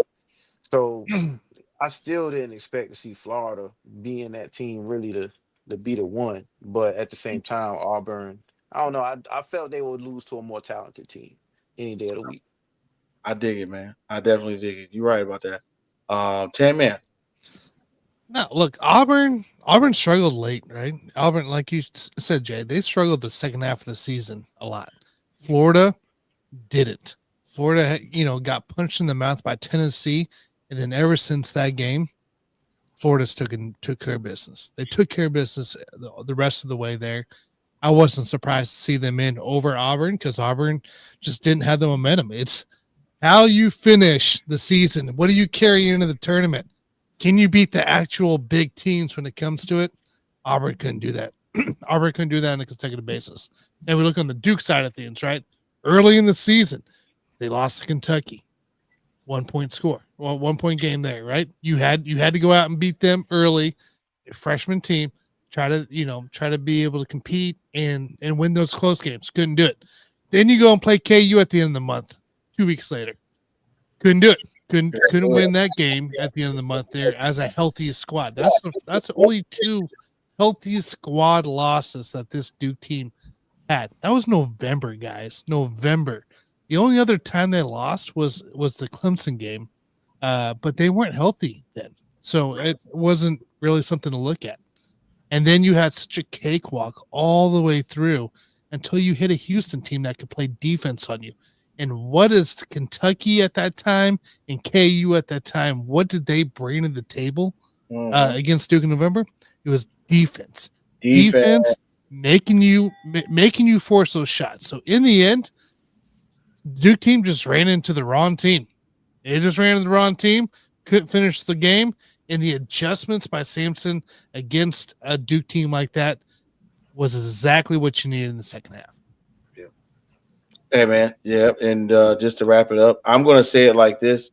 If this was 2000, this was 2005, maybe 2006, that Auburn team would have had some real gas behind it. You know what I'm saying? Mm-hmm. To me, the Auburn team was assembled, but it was assembled in an outdated style of basketball. You know what I'm saying? Janai Broome to me is Drew Gooden's nephew. Okay, I swear. And thank you, Tanner, for being a Kansas fan. I used to like Drew Gooden. You know what I'm saying? And I feel like Drew Gooden eventually expanded his game in the league where he could hit that elbow jumper consistently. And then eventually, by the time he got to Washington, he had a little bit of a corner three. Janai Broome is just like that right now, where the game that we want, even though dominant in the SEC against tougher competition, that post play, a lot of the defenses being able to collapse on him because it's in the post, is not playing out on the wing. He doesn't have a perimeter game. His handle doesn't look solid, whereas he can get in and around defenders like some of the other players. You know, it was unfortunate that his weaknesses were shown in this game. Ruben Chinalu, big shout out to him. We didn't know he had so much handles and so much defense, but we found out, right? Chinalu out of nowhere became the star or the stalwart defensively and to some degree offensively against Houston. Did he do the same thing? Would he do the same thing to Janai Broome? Did he do it? Yeah, pretty sure. You know what I'm saying? So in this essence, what I'm saying is I did like how Auburn looked. I was completely in essence going, yeah, they did their thing during the regular season, but when the rubber met the road, I think it was an older style of basketball. It was set up in old school way. Janai Broome, great player, but I'm not sure if he has any more eligibility left. But even if he does, I would be remiss to say that there's a spot for him in the NBA where he can immediately have an impact because they're going to make him do something that he's not used to doing right now. And I think that affected exactly how they played this game, or how Auburn ended up having to play when they had to play through him, and they everybody knew the ball was going to the post. And here goes the collapse right there, and he was hard pressed to find someone to pass that ball to, and it didn't work. So that's what happened to Auburn. And then just like I can agree with pretty much everybody else, man. When it comes to Duke, I mean, maturity. It hit everybody in the mouth. And I think it normally does that exactly around the Sweet 16 and the Elite Eight, just like everybody else. And then last but not least, guys, as we continue on with this lovely conversation, what team, and we can do this real quickly, what team in the Final Four can we see making it back? Everybody give one real quick. We're going to start with 10, man. What team can go back from the Final Four, do you think? If, barring everybody leaving in the transfer portal, what team can we see making it back, Tim? Oh, Houston. Houston's got a lot of returning guys, most likely. A lot of guys aren't leaving, so give me Houston. Gotcha, man. Scott, what you thinking? I think it's Florida. I think the national champions can definitely get back to this. I don't, again, like Tanner said, I don't think a lot of Florida kids will leave when Clayton's gone. Obviously, they're going to have to figure something out with him. But other than that, I think a lot of their major players are back. So I think it's Florida again. Florida. Jay, you on the Gator train? No, I feel sorry for Samson, man. I have to say Houston. I just hope they get back. I want them to get back. Right. Please let them get back. And I'm gonna agree with you, Jay, and I'm gonna say Houston as well. I think we're gonna see what exactly taking a loss of that type of caliber player for Florida does. Now it's Florida, so they are really good at revamping, but I think that Kelvin Sampson recruitment train is going to help out a lot. Real quick, everybody, does Cooper Flag go or does he stay? Tanner, go. Goes. Scott. Goes, but he's going to wish he wants to stay because Washington's not the place he wants to be. Jay, does he stay? Does he go? Man, I got this like small itch of thinking he's just not gonna go. I really feel like he might not go. I really feel like there's a small percentage of him kind of weighing out his options, as far as, look, I've heard players and we've gone back in through the years. There have been players that say, hey, look, I appreciate being a college athlete. I love my mom and dad being able to come to all my games and blah, blah, blah. And yeah, they can. In the pros, it's a little different. You know what I'm saying? You might be out here at 1 o'clock in the morning, playing a game. Like, his parents can't really follow you around as much, while you're in the NBA. In college, it's a little bit more calculated. You know exactly where you're going to be. You can make plans a little bit better. Either way, man, I just really feel like Cooper Flag might be thinking about leaving. Just a small percentage of them might be thinking about staying just because of the fact that he gets $5 to $7 million in NIL money. I don't know. I'll say he's leaving, bigger percentage from leaving, but I still think he could possibly stay. And I'm gonna jump on that, man, on the back end, man. I think, and this is just me. This is just me. I could be completely wrong. I feel like he looks like the type of kid that is going to hold on to that loss, and he's going to want to go back. Like, he's going to want to go. And when they did that little, you know how it is, man, they do those interviews with your moms and your dad, you can see like that the picture, like the living room, and you can look at certain people's living room and you go, yeah, they getting out of that house. That's gone. They getting out of there. Cooper Flag's mom and dad look okay. They look all right. They don't look like they hurting right now. You know what I'm saying? They're not in the projects. They're in Maine.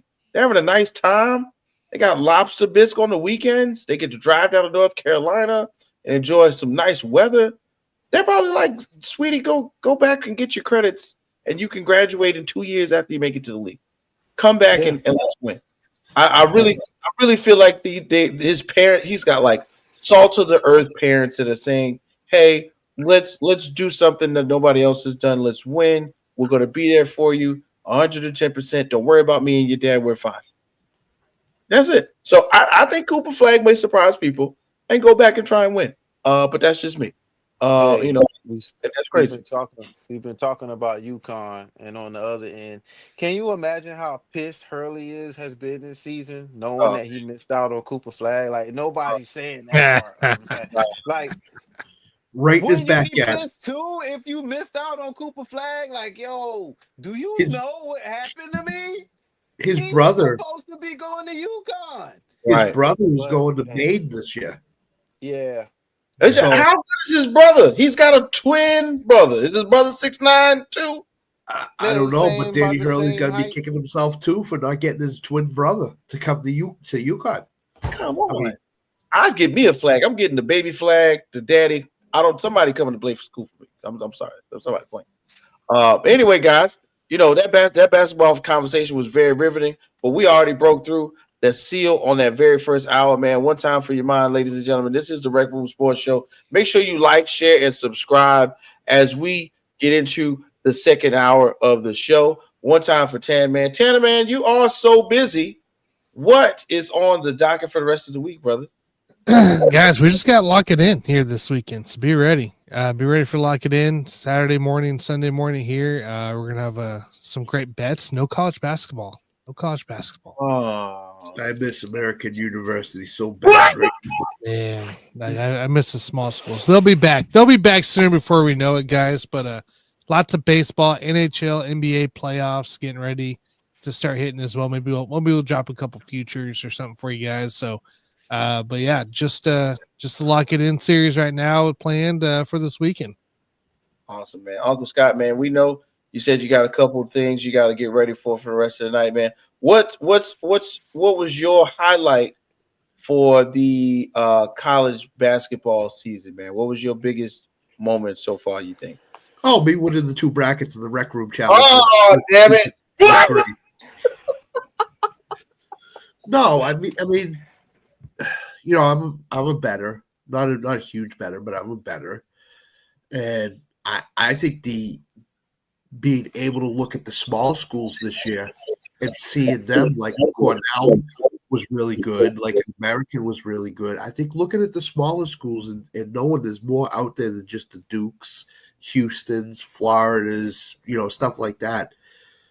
And there's good basketball at those small schools. There's really good basketball, and to me that opened my mind up to, on a Tuesday night in December I can sit down and watch American play Holy Cross or something, and enjoy.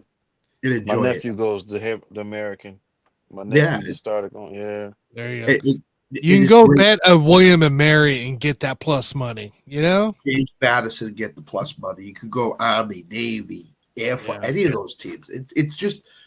My mind has been opened up to so many college programs right now that it's just phenomenal. And I can't wait to college basketball next year, not only to bet it, but just to watch these games and see the talent that's out there. For sure. And I'm that person waiting on Gonzaga to just come out of the corner and disappoint everybody. And St. Mary's to deal with. So. Yeah, St. Mary's still there. Drake. In the Dons. Hey, and so thanks again, Uncle Scott, man. We appreciate you hanging out with us for that first hour. Do you want to stay for baseball, Scott? You got time? Yeah, I'll stay for a little bit longer. Okay, you don't have to go nowhere. Okay. And then Jay, man, real quick. Birthday vibes, man. How are you feeling? How was yesterday? Did you get to enjoy some jubilation? You know what I'm saying? A little bit of schnitzel, you know what I'm saying? A little bit of a little bit of libations. Any fun stuff? libations for sure. I got a lot of people that I appreciate. That's just the best way I could put it. I appreciate a lot of people right now. Shout out Very to the appreciative. Shout out to that special person who paid for my dinner and left before I could even say thank you. I'll be damned. Like that was kind of expensive for you to just leave, pay and leave, Mr. Sir. But sitting at the restaurant before I came in, y'all, and a guy I know pretty much. I didn't even notice him. Somebody told me he was in there. Turned around to see he was in there. Saw that he was gone. Was like, oh well, I'll holler at him later. Asked for my check. They was like, the guy that just left paid for it. I was like, wow. So Dang. appreciate that. That was very awesome. That was awesome. Boy, Alan must have had a good day in the betting books. big shout out to Alan Perez, man. One of our guys out for a little bit. He's got a DNP right now. He can't make it. And then of course, Miss Avril, you had a birthday. You're recovering from a cold. Your team took an L. I'm excited to see you back. And of course, are you going to be working with the Audible podcast at the end of the week? I am. I didn't have a cold though. I lost my voice during. Yeah, no. So we scored 15 home runs during opening weekend, and I lost my voice over 15 home runs. I have never lost my voice over opening weekend, but yeah, that's how I spent the end of my birthday week. I had no voice. So yeah. Awesome. Though. Well, awesome. Well, look, great way to segue into our baseball topic. So you know how we do, man. Rec Room Sports, we like to go a little bit everywhere. Somehow, some way, we got some baseball going on. Opening week, opening day, all of that's gone by. So we're kind of getting into the regularity of seeing baseball right now, and it's happening live and in front of our faces. So as we get into it, right, we gotta know, right? It's a marathon and not a sprint. Are we as fans or everyone else overreacting to the early stages of the season? Of course, when we talk about the early stages of the season, are we talking about, and of course, we all fell a victim to it. Oh, Ohtani's going to pitch. He's going to hit the Dodgers. We fell victim to it really early, I think, especially as I got to talk with the guys, because I'm not the biggest baseball guy. But as we get into it, gentlemen and lady, are we overreacting to the early stages of the season? Or is it really happening, John? Whit, that's the easiest question. Fans overreact to everything at any part of the season. It's just a fact of life. Chicago White Sox, World Series contenders. Yeah, World Series contenders, the White Sox. Yep. Everybody overreacts to it. Oh, Garrett Crochet only pitched 5 innings today for Red Sox. Oh, he's terrible. Aaron Judge went 0 for 4. He struck out twice. Oh, he's awful. I mean, it just happens. The entire Pittsburgh series, the fans were screaming, "Sell the team." Y'all, it's the first week. Why are y'all screaming, "Sell the team" the first week? Come on, man. It's too much. It's too early for this. The reason why, okay, it's April. What is it? April 8th right now? Yeah. I think the season ends what? September? October? First week of October? Early October. Early October? Shut up, fans. Shut up. Please. Shut up. You're 12 games into the season. You need to relax. You got a whole 150 games left to go. Relax.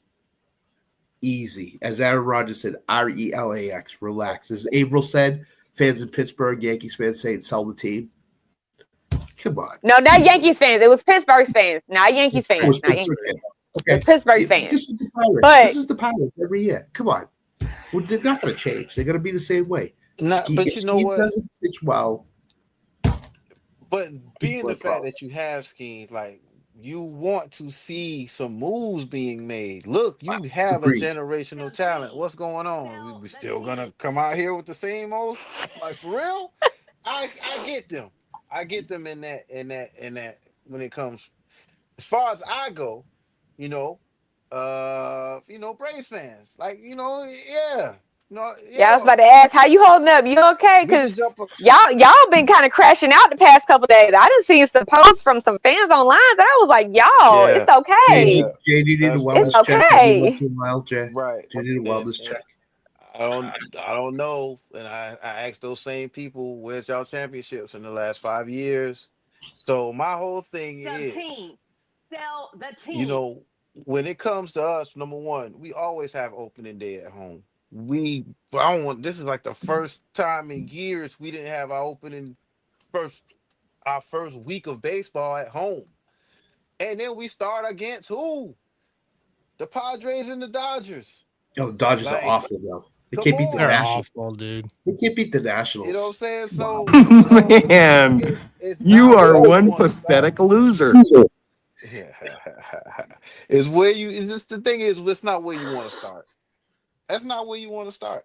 You know what I'm saying? So we started in a bad draw. We got the Padres and the Dodgers to start off, and here we go. We won tonight. That makes us what 2-8. Great. You know what I'm You're saying? underway. Sorry. All right. 152 games left. So I mean, Yep.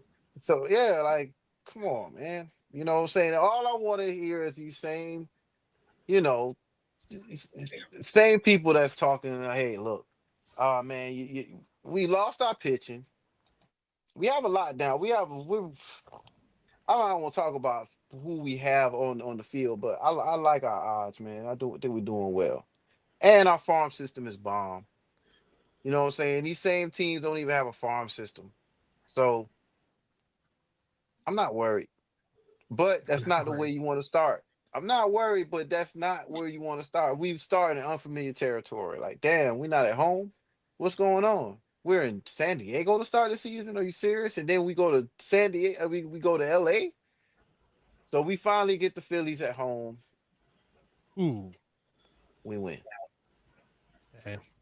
Hey, you know, it's a game of streaks, guys. It's a game of streaks here. You don't have to get crazy or anything. Got no food, got no jobs. Our pets' heads are falling off.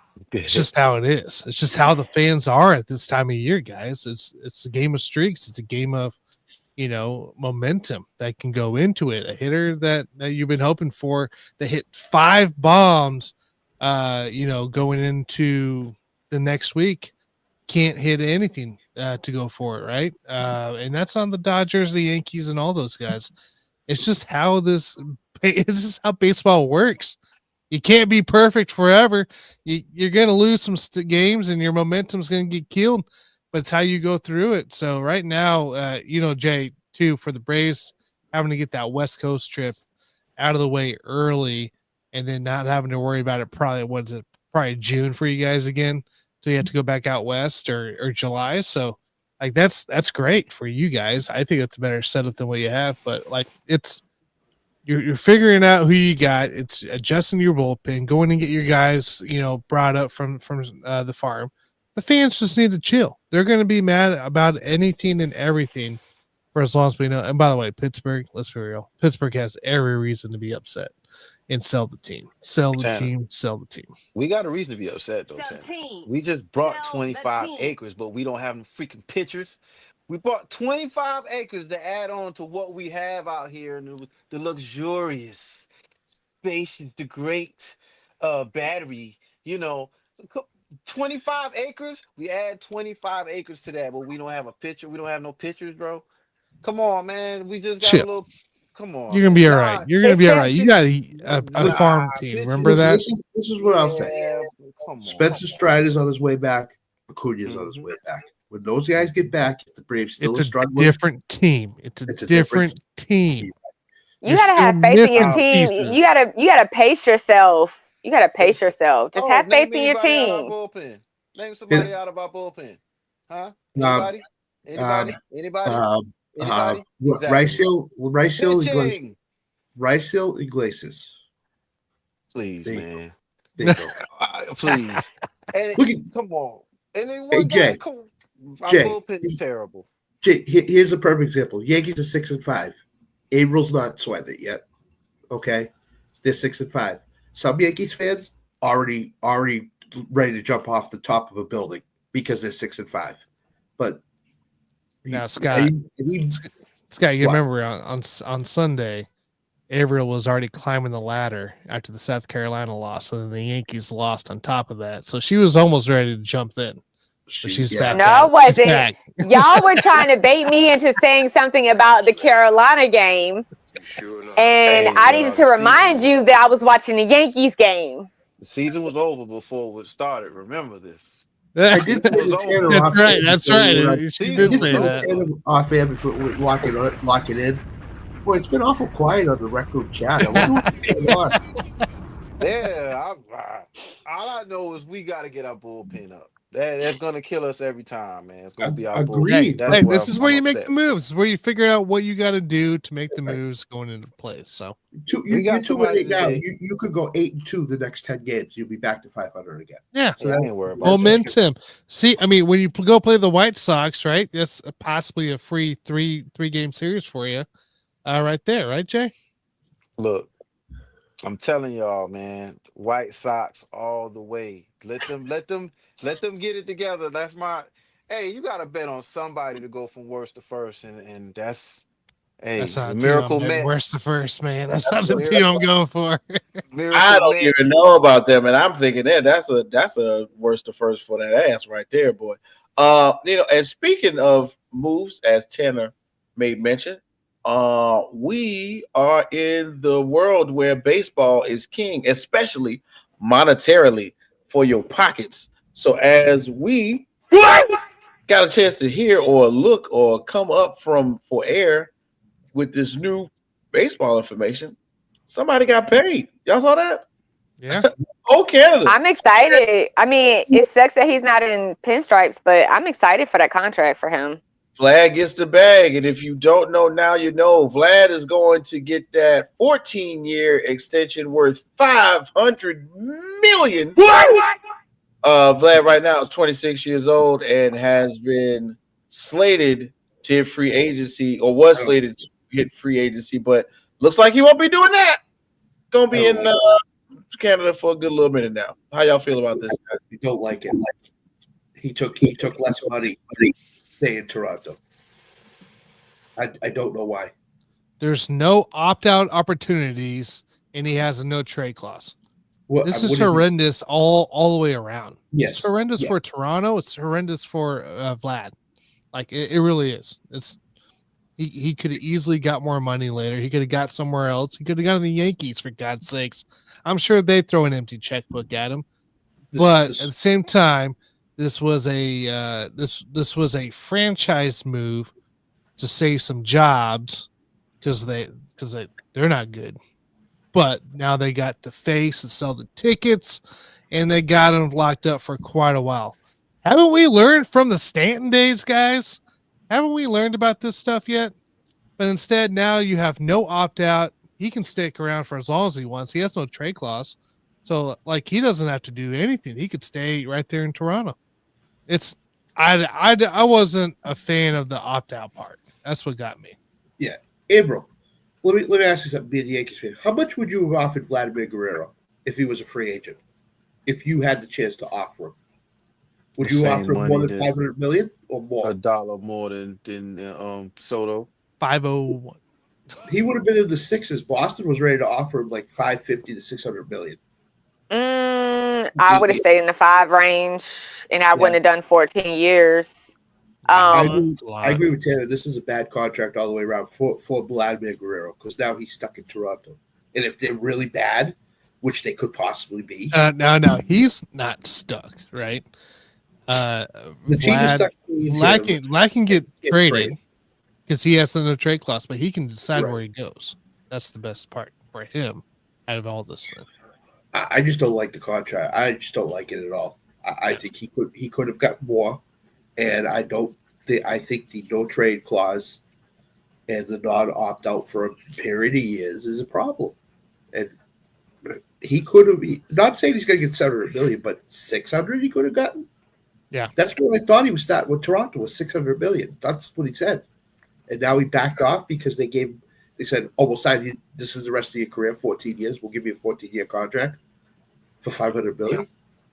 So I like it because one, he really wanted to be in Toronto. They wanted him. He wanted to be there. That seeing, especially what's gone on in free agency the past couple of seasons and the trades and all that, if he wants to be there, sign him. That's my first thing, especially going through what happened with the Yankees past couple seasons.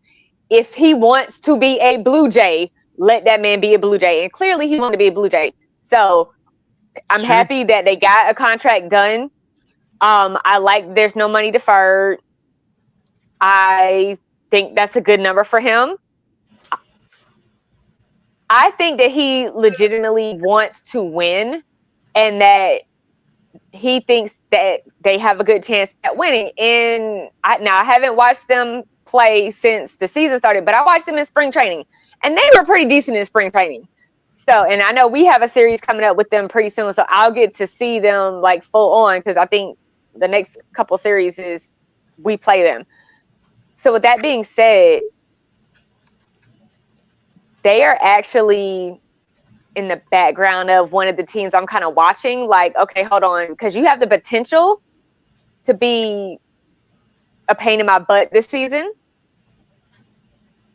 So I like this move for him. I like him staying in Toronto. I'm glad he didn't leave for more money. If he took less money, so what? Yes, it's about the money, but no, it's not always about the money. Sometimes you want other things. Mm-hmm. You're right. And if I got to give up a couple million for you to pay somebody else to stay here and we take a run at this thing, I'm okay with that. And it seems like that's how he felt. I like this contract for him. I'm glad he's staying in Toronto. The only other place I wanted to see him go was the Yankees. I didn't want to see him go anywhere else. Well, of course I like this. You wouldn't want to see him anywhere else. Yeah, that's fair. I get it. I don't know. This whole but I still have to play him multiple. I think we played them like 4 times a season. Yeah, they're in the division with you. I mean, realistically, it's not good for me as a Yankees fan because I have to play him and he's a pretty decent player. But just as a baseball fan, knowing how much he likes that team and wanted to be there, I'm glad they got it. He's hitting 255 right now. He's a bum. He's a bum. That's the overreaction part of it. That's a big overreaction. Like it's the second week of the season. Judge didn't start hitting homers until the second to last week of April last season. Talking about people overreacting, man. These players haven't even hit their stride yet. Man. They just need him to stay healthy. That's what it is. The guy misses a lot of games. I feel like he's out a lot of games from a fantasy baseball perspective. So, here's my other question: what are you surrounding him with? Okay, he's got the big contract. Great. Now you need to surround him with talent. I know Bichette's there. He's supposed to be really great. You're in first place beating the Bo Sox, but you have a -2 differential. Santander, who else they got? Springer, they got some Bichette, Jimenez, Avril, Santander. Look at their pitching. Their pitching is awful. Gausman's still there. Berrios is a Christmas tree at home. Light up. Gausman is getting old. Inconsistent. Inconsistent at best. But after that, what do you got? I mean, they're going to compete, right? It's set up for this year to compete, right? The Yankees missing their star pitcher. Like it's all set up there but it involves for Toronto more than Boston, more than New York. It involves and Orioles. I think Orioles are probably in the same verge, but they got to stay healthy. They got to be healthy. They lost multiple guys last year that caught in the middle of the season, and that cost them. That cost them a lot of momentum. And that's what saved us. That's what saved us because they went down during some of our series. So that saved us because last season they were looking good and I was worried. They were early. I was really worried. Like I have a friend that is a Toronto fan and we normally do bets on MLB seasons, and I was a little scared for a while that he was going to win our bet. So, yeah. Health.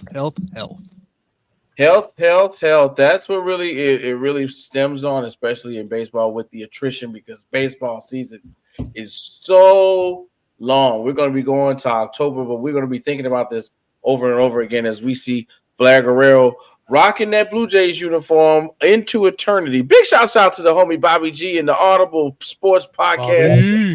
Sports, hey, Bobby. Meet culture, and culture meets cool stuff, and music lists and movie reviews and all kinds of stuff that Bobby and Wildcard Martin do. So make sure you check those guys out. Bobby, man, get well soon. We can't wait to get you back on the show. Hopefully we'll be available to do a good old episode of In the Hoop this coming Friday. So we're looking forward to that, man. But look, guys, hey, baseball brought us all the way into the full second hour. So make sure you know right here on the Rec Room Sports Show, we want you to hit that bell. Make sure you get those notifications on the Rec Room Sports podcast and the group of podcasts. Because, of course, on Saturdays, man, we got Tan Man and Uncle Scott doing Lock It In at 11 o'clock Central Time, 12 o'clock Eastern, right when, the bets, the betting tables are getting open, the slot machines are getting hot. Uncle Scott knows all about that. And we can get those numbers right for you because, of course, as there is no more college basketball, we're getting ready to slide into the playoffs, bro. I'm talking about the NBA playoffs. They are coming up. And, of course, as we get ready to take small baby steps into the NFL season, you want to make sure you're locked in so those notifications are going off so we can talk about that as well. Scott, man, you already hanging out. You want to do one more? Sure. All right. That's what I'm talking about, Scott. And then, of course, Miss Avril, I know you said you got things to do. You got a schedule. You got to get your beauty sleep. And if I know how that goes. You don't need very much of it. Let's just talk about that. But we appreciate it. Thank you so much, Miss Avril, for hanging out with us tonight. We look forward to seeing you on the Audible podcast with Bobby G. We'll talk to you later, Avril. Thanks so much for hanging out. Thanks, Avril. Night, y'all. Hey, See you. Okay. So, as we were talking, gentlemen, right about now is one of those times where we get to do the fun stuff. We get to just speculate. We get to talk a little bit, because we don't know what's going to happen, but at the same time, we know what's going to happen. And we're talking about the NFL draft because right now, even though when there's no football, there's still football. Okay, don't forget, you guys. I want everybody to take a minute, Uncle Scott and Tanner. We're gonna watch some UFL this weekend. What about that? Let's watch a little spring football. Scott did deep into it. Yeah, did that hit? Did that hit? You remember? Somebody rolling with the Roughnecks. The Houston. Alan's been on the San Antonio team for 2 weeks San in a row. Antonio. He loves San Antonio. What do we got? San Antonio is it the Brahmas? What was the score? No, the Brahmas. The Brahmas. 9-26. So he had under 39.5. So it hit, baby. It hit. Good job, Alan. Shout out to Alan. All right, Alan, man. Listen, we have areas of expertise in the Lock It In show. Alan is the UFL expertise for us. So leave that to Alan. I'm gonna come in on that because what I'm saying, me personally, as a Rec Room representative, I brought it to the guys' attention about 2 years ago when in its inception when they brought everything together. I'm interested in it because I always want to know where are these guys at, where did they come from, what's their story, how many games did they play in the league. Those things are really interesting to me. And then to say, hey, look, one of those things that really caught me was The Rock's story was that he loved football so much he wished he had an opportunity to go somewhere else and still play, American style football and represent like he wanted to. So this is what him and it's cool to say, his wife and him aren't married, but they're business partners. And they brought the deal together. They put the money where their mouth is technically and got the paperwork to go that this is their baby. And it's into fruition. I wish they would have a team in Jacksonville. I don't know why they don't. But as we continue on, guys, so something monumental took place this week. if you guys all got a peek at the schedule, one of the things that I know everybody in the NFL world had their eyes on, right, was pretty much the Colorado draft day. And yes, ladies and gentlemen, not draft day, but a pro day. And yes, ladies and gentlemen, even though it's just a pro day, it was a movie. It is prime time pro day, right? So somehow, some way, of course, with the prime time pro day, Colorado pro day was a spectacle for one and all. When I say one and all, I'm talking about Shedeur Sanders, Travis Hunter, and then even outside of that, we got to give some respects to the guys, who are out there that we're doing the hard work, some of the heavy lifting, because what I'm saying, Travis Hunter looks good, but Shedeur had to look good too. So you got to give a shout out to Jimmy Haslam, who's out there, taking a look from the Browns, because somehow, some way, we could be looking at a good old number 2 pick, right? Maybe number 2 pick. Possible. So, guys, as we, did our little research, did our little 2-step. I know Scott's going to say this. Pro days are overrated. They get looked at. They get looked at. They get scrutinized. They're running. They're jogging. They're in comfortable positions, and they're throwing the guys that they're used to.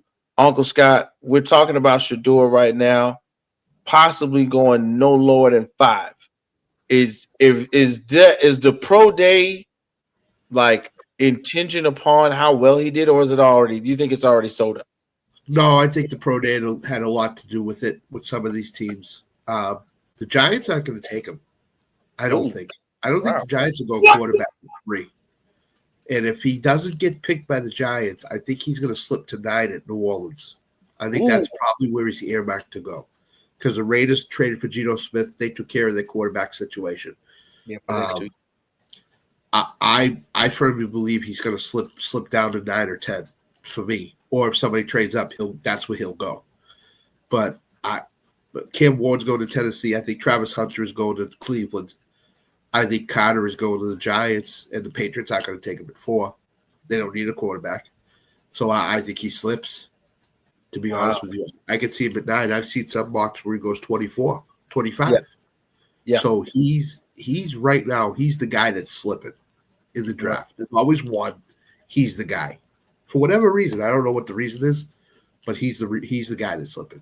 So I think he's going to New Orleans at 9, to be honest with you. Oh man. Tan Man, same thought process.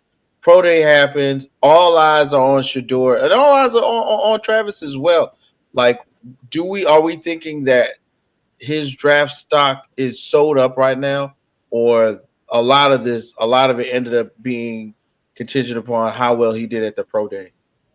I don't think the pro day hurt or helped him at all. Again, I think it's just seeing where he's at from a standpoint. So I don't necessarily think he's going to drop to 9. I could see a couple teams here take a stab at him and surprise us with some picks. I could see number 5 at Jacksonville.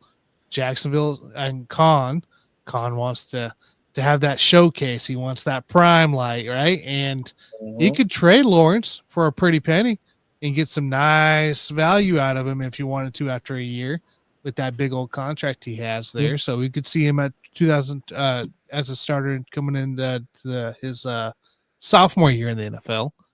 Very possible. I could see that being more of a business move, if anything. I could still see the Raiders on this as well. I very well could see the Raiders do this, sit behind Geno, get that experience and everything else. And then on top of that here, if I think the Saints go a different direction. I don't think the Saints go that direction. I could see Carolina taking Shedeur. So I think he's probably somewhere in the top 10 easy in this range. I would say if he makes it to 9, it'd be a surprise. I think somebody in that range, from just based off owners, are going to put some foot down and say, hey, these are ticket sales coming into play. That's a little business move. Yeah. Let's make the move. So that's kind of where I'm sitting with Shedeur right now. I mean, for me, and I'm right around. I'm right in the same vein. Um,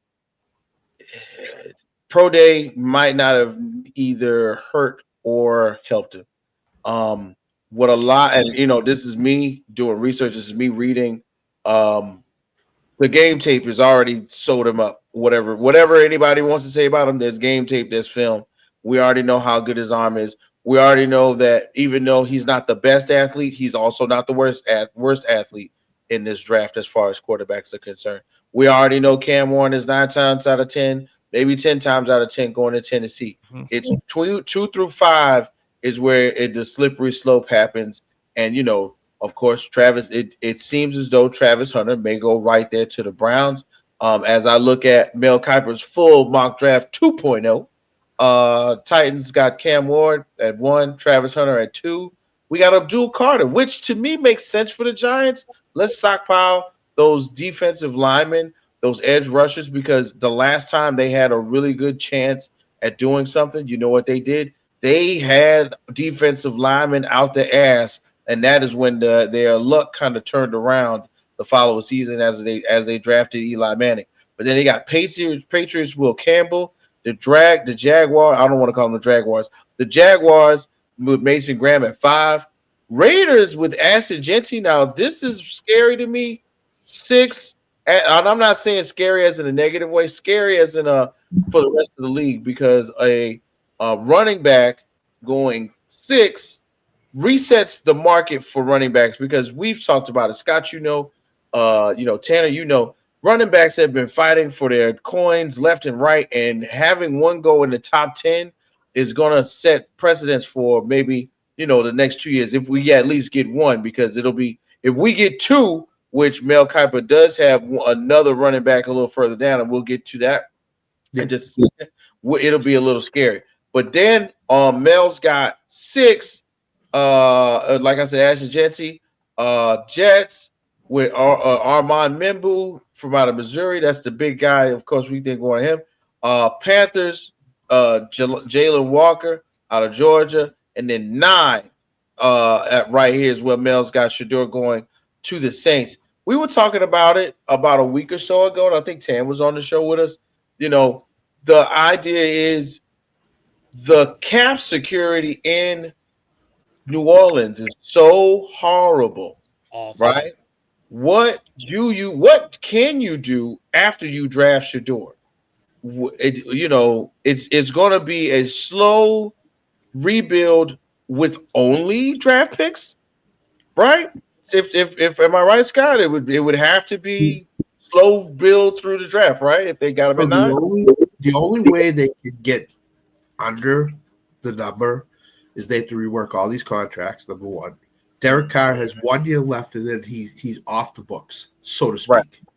So I think what they can do is they can rework a bunch of contracts, get under the number. I think the year after this year, I think the Saints could be in much, much better shape.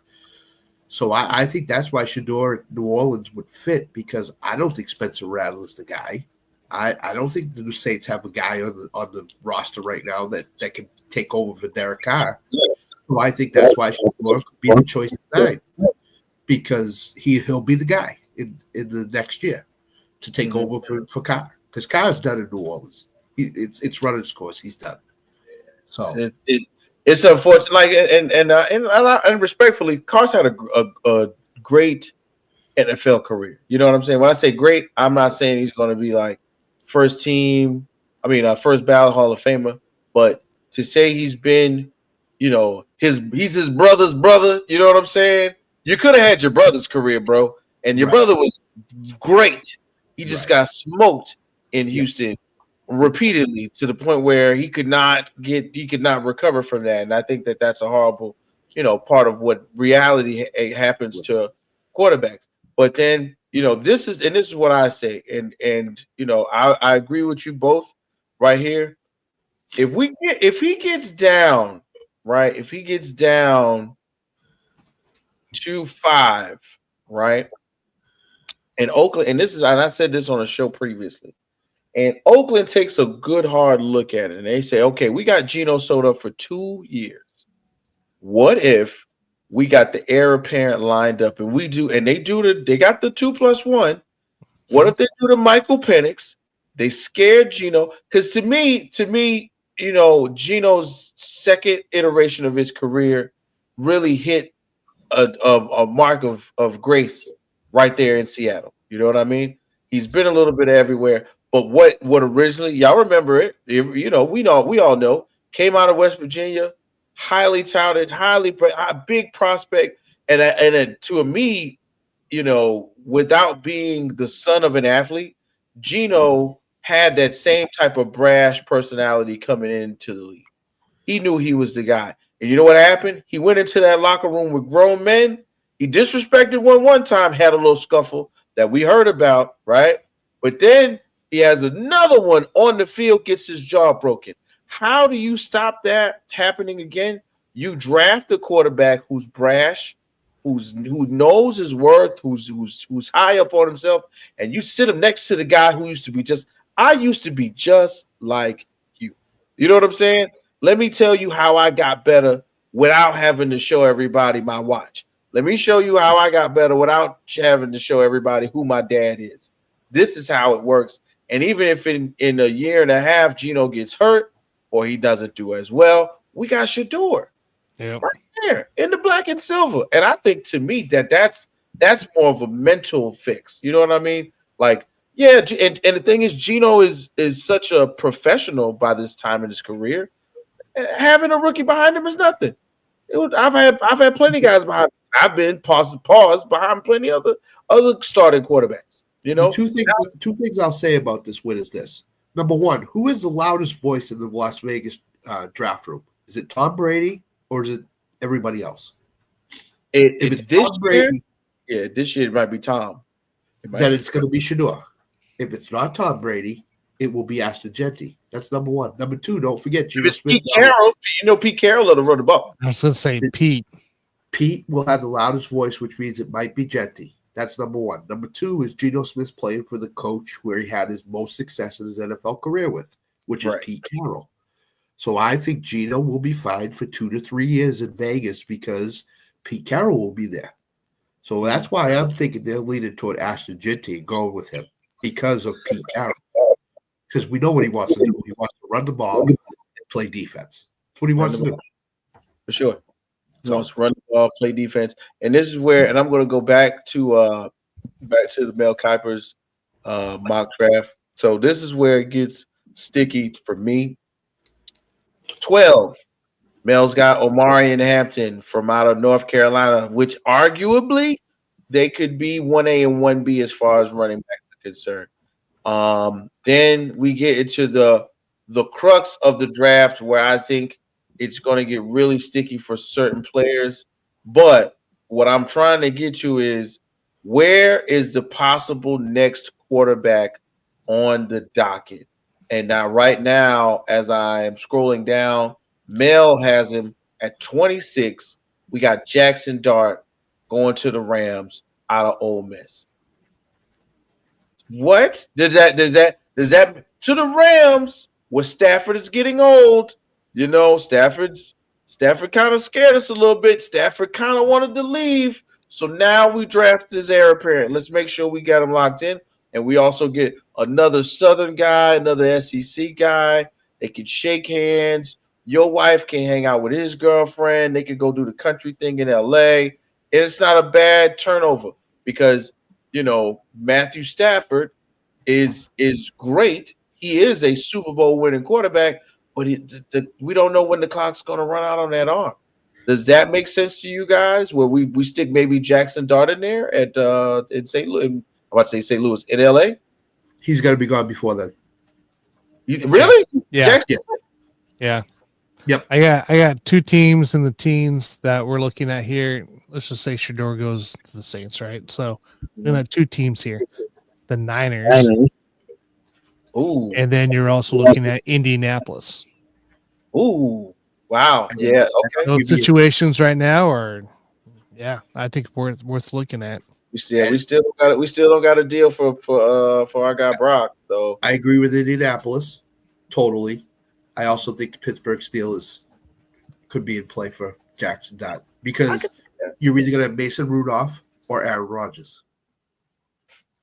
Aaron Rodgers. Don't rule out Seattle. Seattle. Don't rule out Seattle. We don't know how much they like Sam. I think there's too many opportunities there between that teen range that I just don't think he touches the 20s. If the Rams want him, they're going to have to trade up to probably 13 or 14 to get him. I like the situation, right? So, like, let's say he does land with Rams. I like the situation, right? Yeah. Have the guy sit behind Stafford, understand the game. Sean McVay, you to listen in on that. I love the situation, but you can't wait. Yeah. No. Yeah, you got it. Yeah, that's another one. And I'm gonna tell you what, Scott. As a Steelers fan, I am in the place where drafting a Jackson Dart would not hurt me. You know, like it doesn't make me feel bad. I won't feel any vitriol if we do. But my thought, this is me, and I could be completely wrong.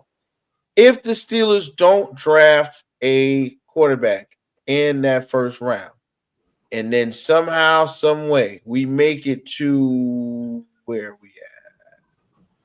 We make it to that second round, and it gets sticky. And then we get all the way down to where somehow, some way, Jalen Milroe is sitting down. All the way down there. I get Anthony Richardson vibes from Jalen Milroe. I really, yeah. Yeah, you think Anthony Richardson volume 2? I think that Jalen Milroe is gonna be overdrafted by somebody, thinking that because Alabama and how he played at Alabama. I just think that Milroe is not going to be a good NFL quarterback. I get too many Anthony Richardson vibes off of him, and I don't like it. I really don't. Wow. So, what about you, Tan? Number 19, Tampa Bay Bucks.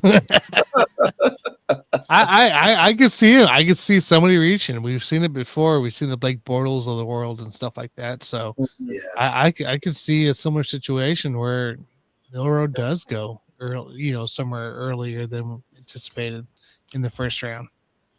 A surprise pick there.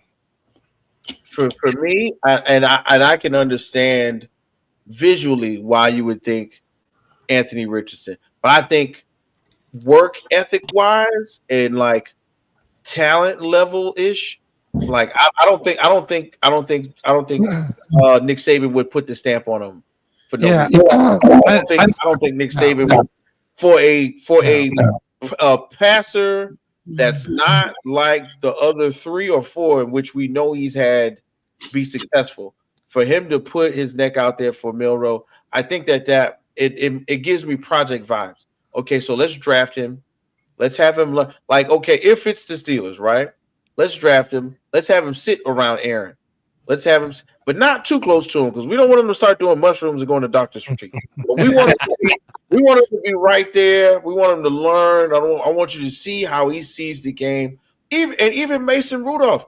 People don't remember coming out of Oklahoma State. Mason Rudolph was that guy coming from another South Carolinian. Matter of fact, Mason Rudolph was actually pretty freaking good when we did have him before he decided to take his helmet off and swing it at somebody. He actually won some games. So I'm saying sticking him in a room and saying, look, bro, you don't have to do. Let's not put the burden on your back today.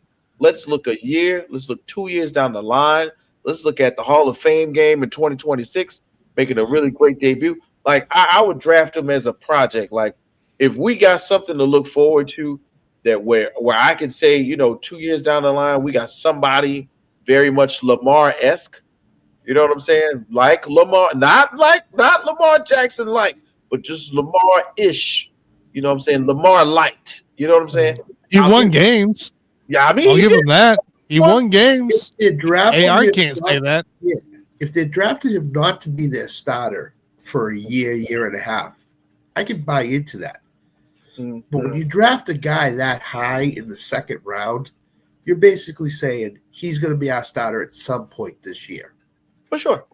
And that's not the right way to go with him. He needs to sit for an entire year and learn before he plays. Because again, all I see is a guy that's going to As soon as pressure comes, he's going to run. He's not going to. He's got. I don't know. I don't know with Milroe. I have a little bit more faith in Milroe. I got a little more faith in it too. He played at Alabama. You had to win games. You had to be there. You had to show up. You had to do your thing. I got a little bit more faith for him and be able to fight some of that tough situations than I do with some of these other guys. So definitely. I mean, I could be totally wrong, and I'll be the first to admit that I'm wrong about Milroe. He turns into a really good pro, but I'm a little skittish on him, to be honest with you.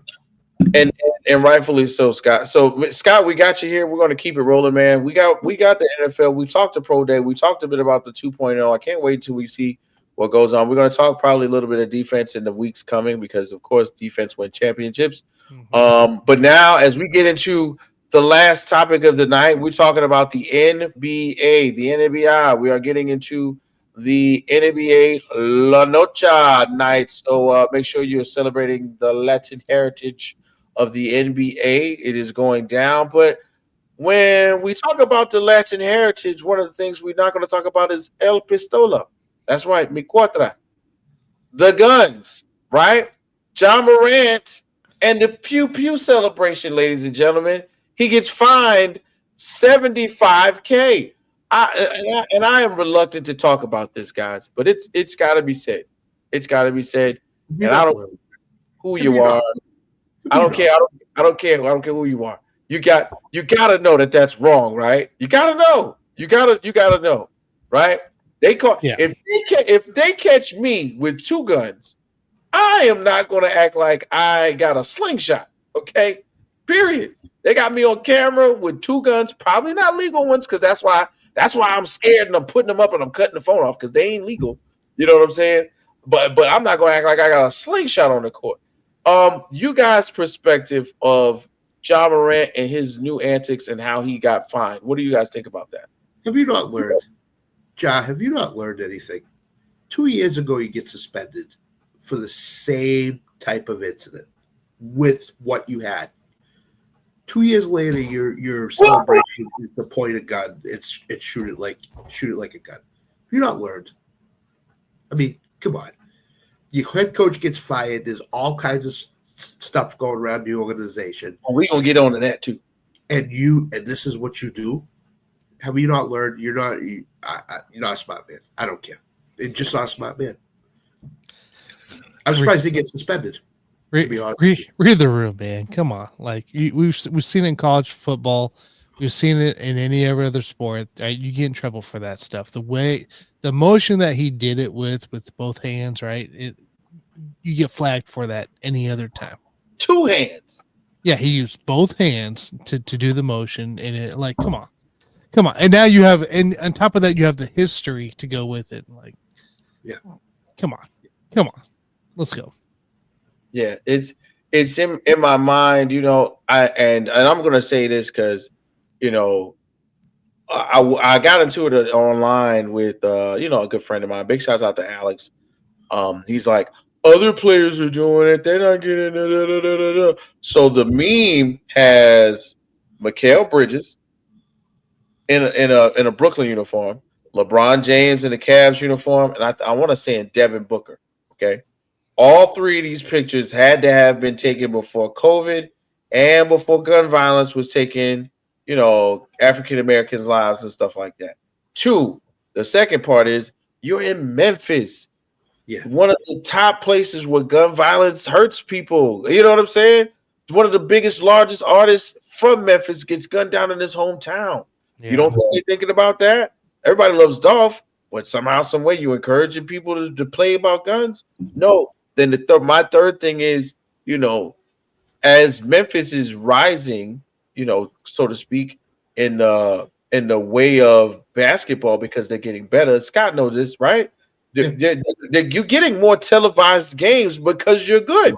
Right? You are. Now, if I'm putting you on TV more, please don't embarrass me. Just like your parents would tell you that any day. Please don't embarrass me. You know what I mean?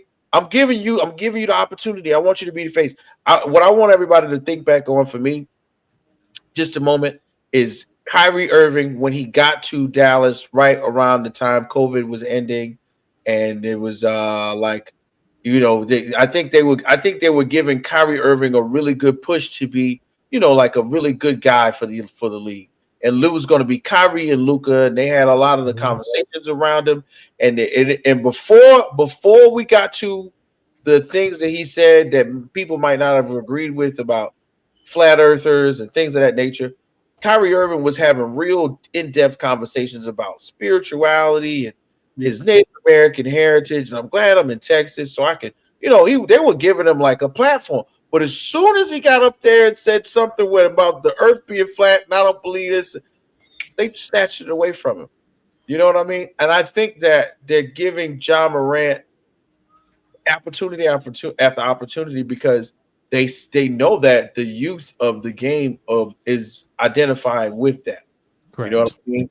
But you can't take the fact that they're giving it to you and make them look dumb. You know what I mean? You can't.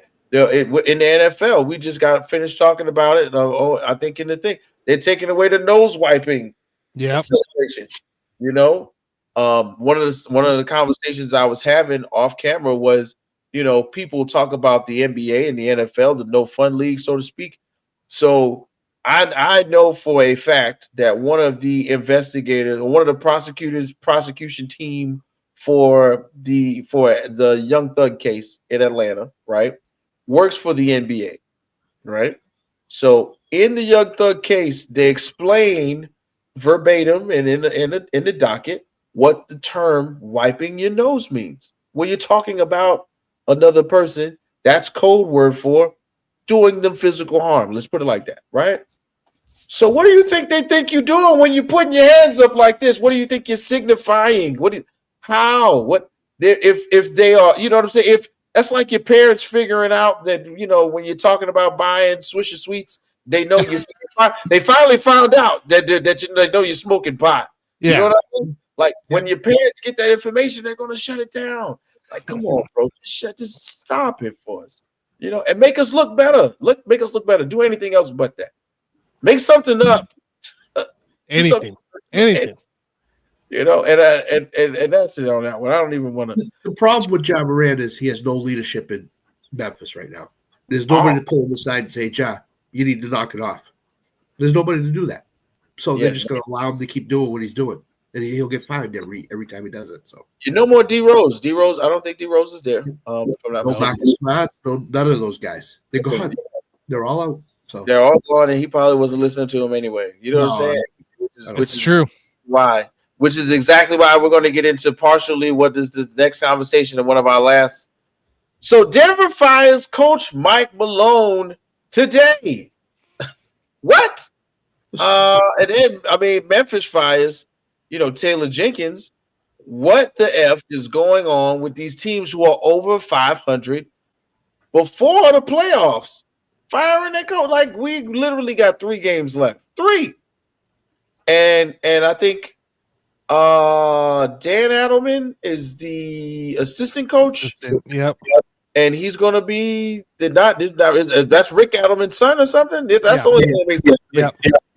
You must be Rick Adelman's son because they bring Rick Adelman out of retirement, boy. You best be ready. You know what I'm saying? There you go, Rick. Right, but they got Dan Adelman in Denver.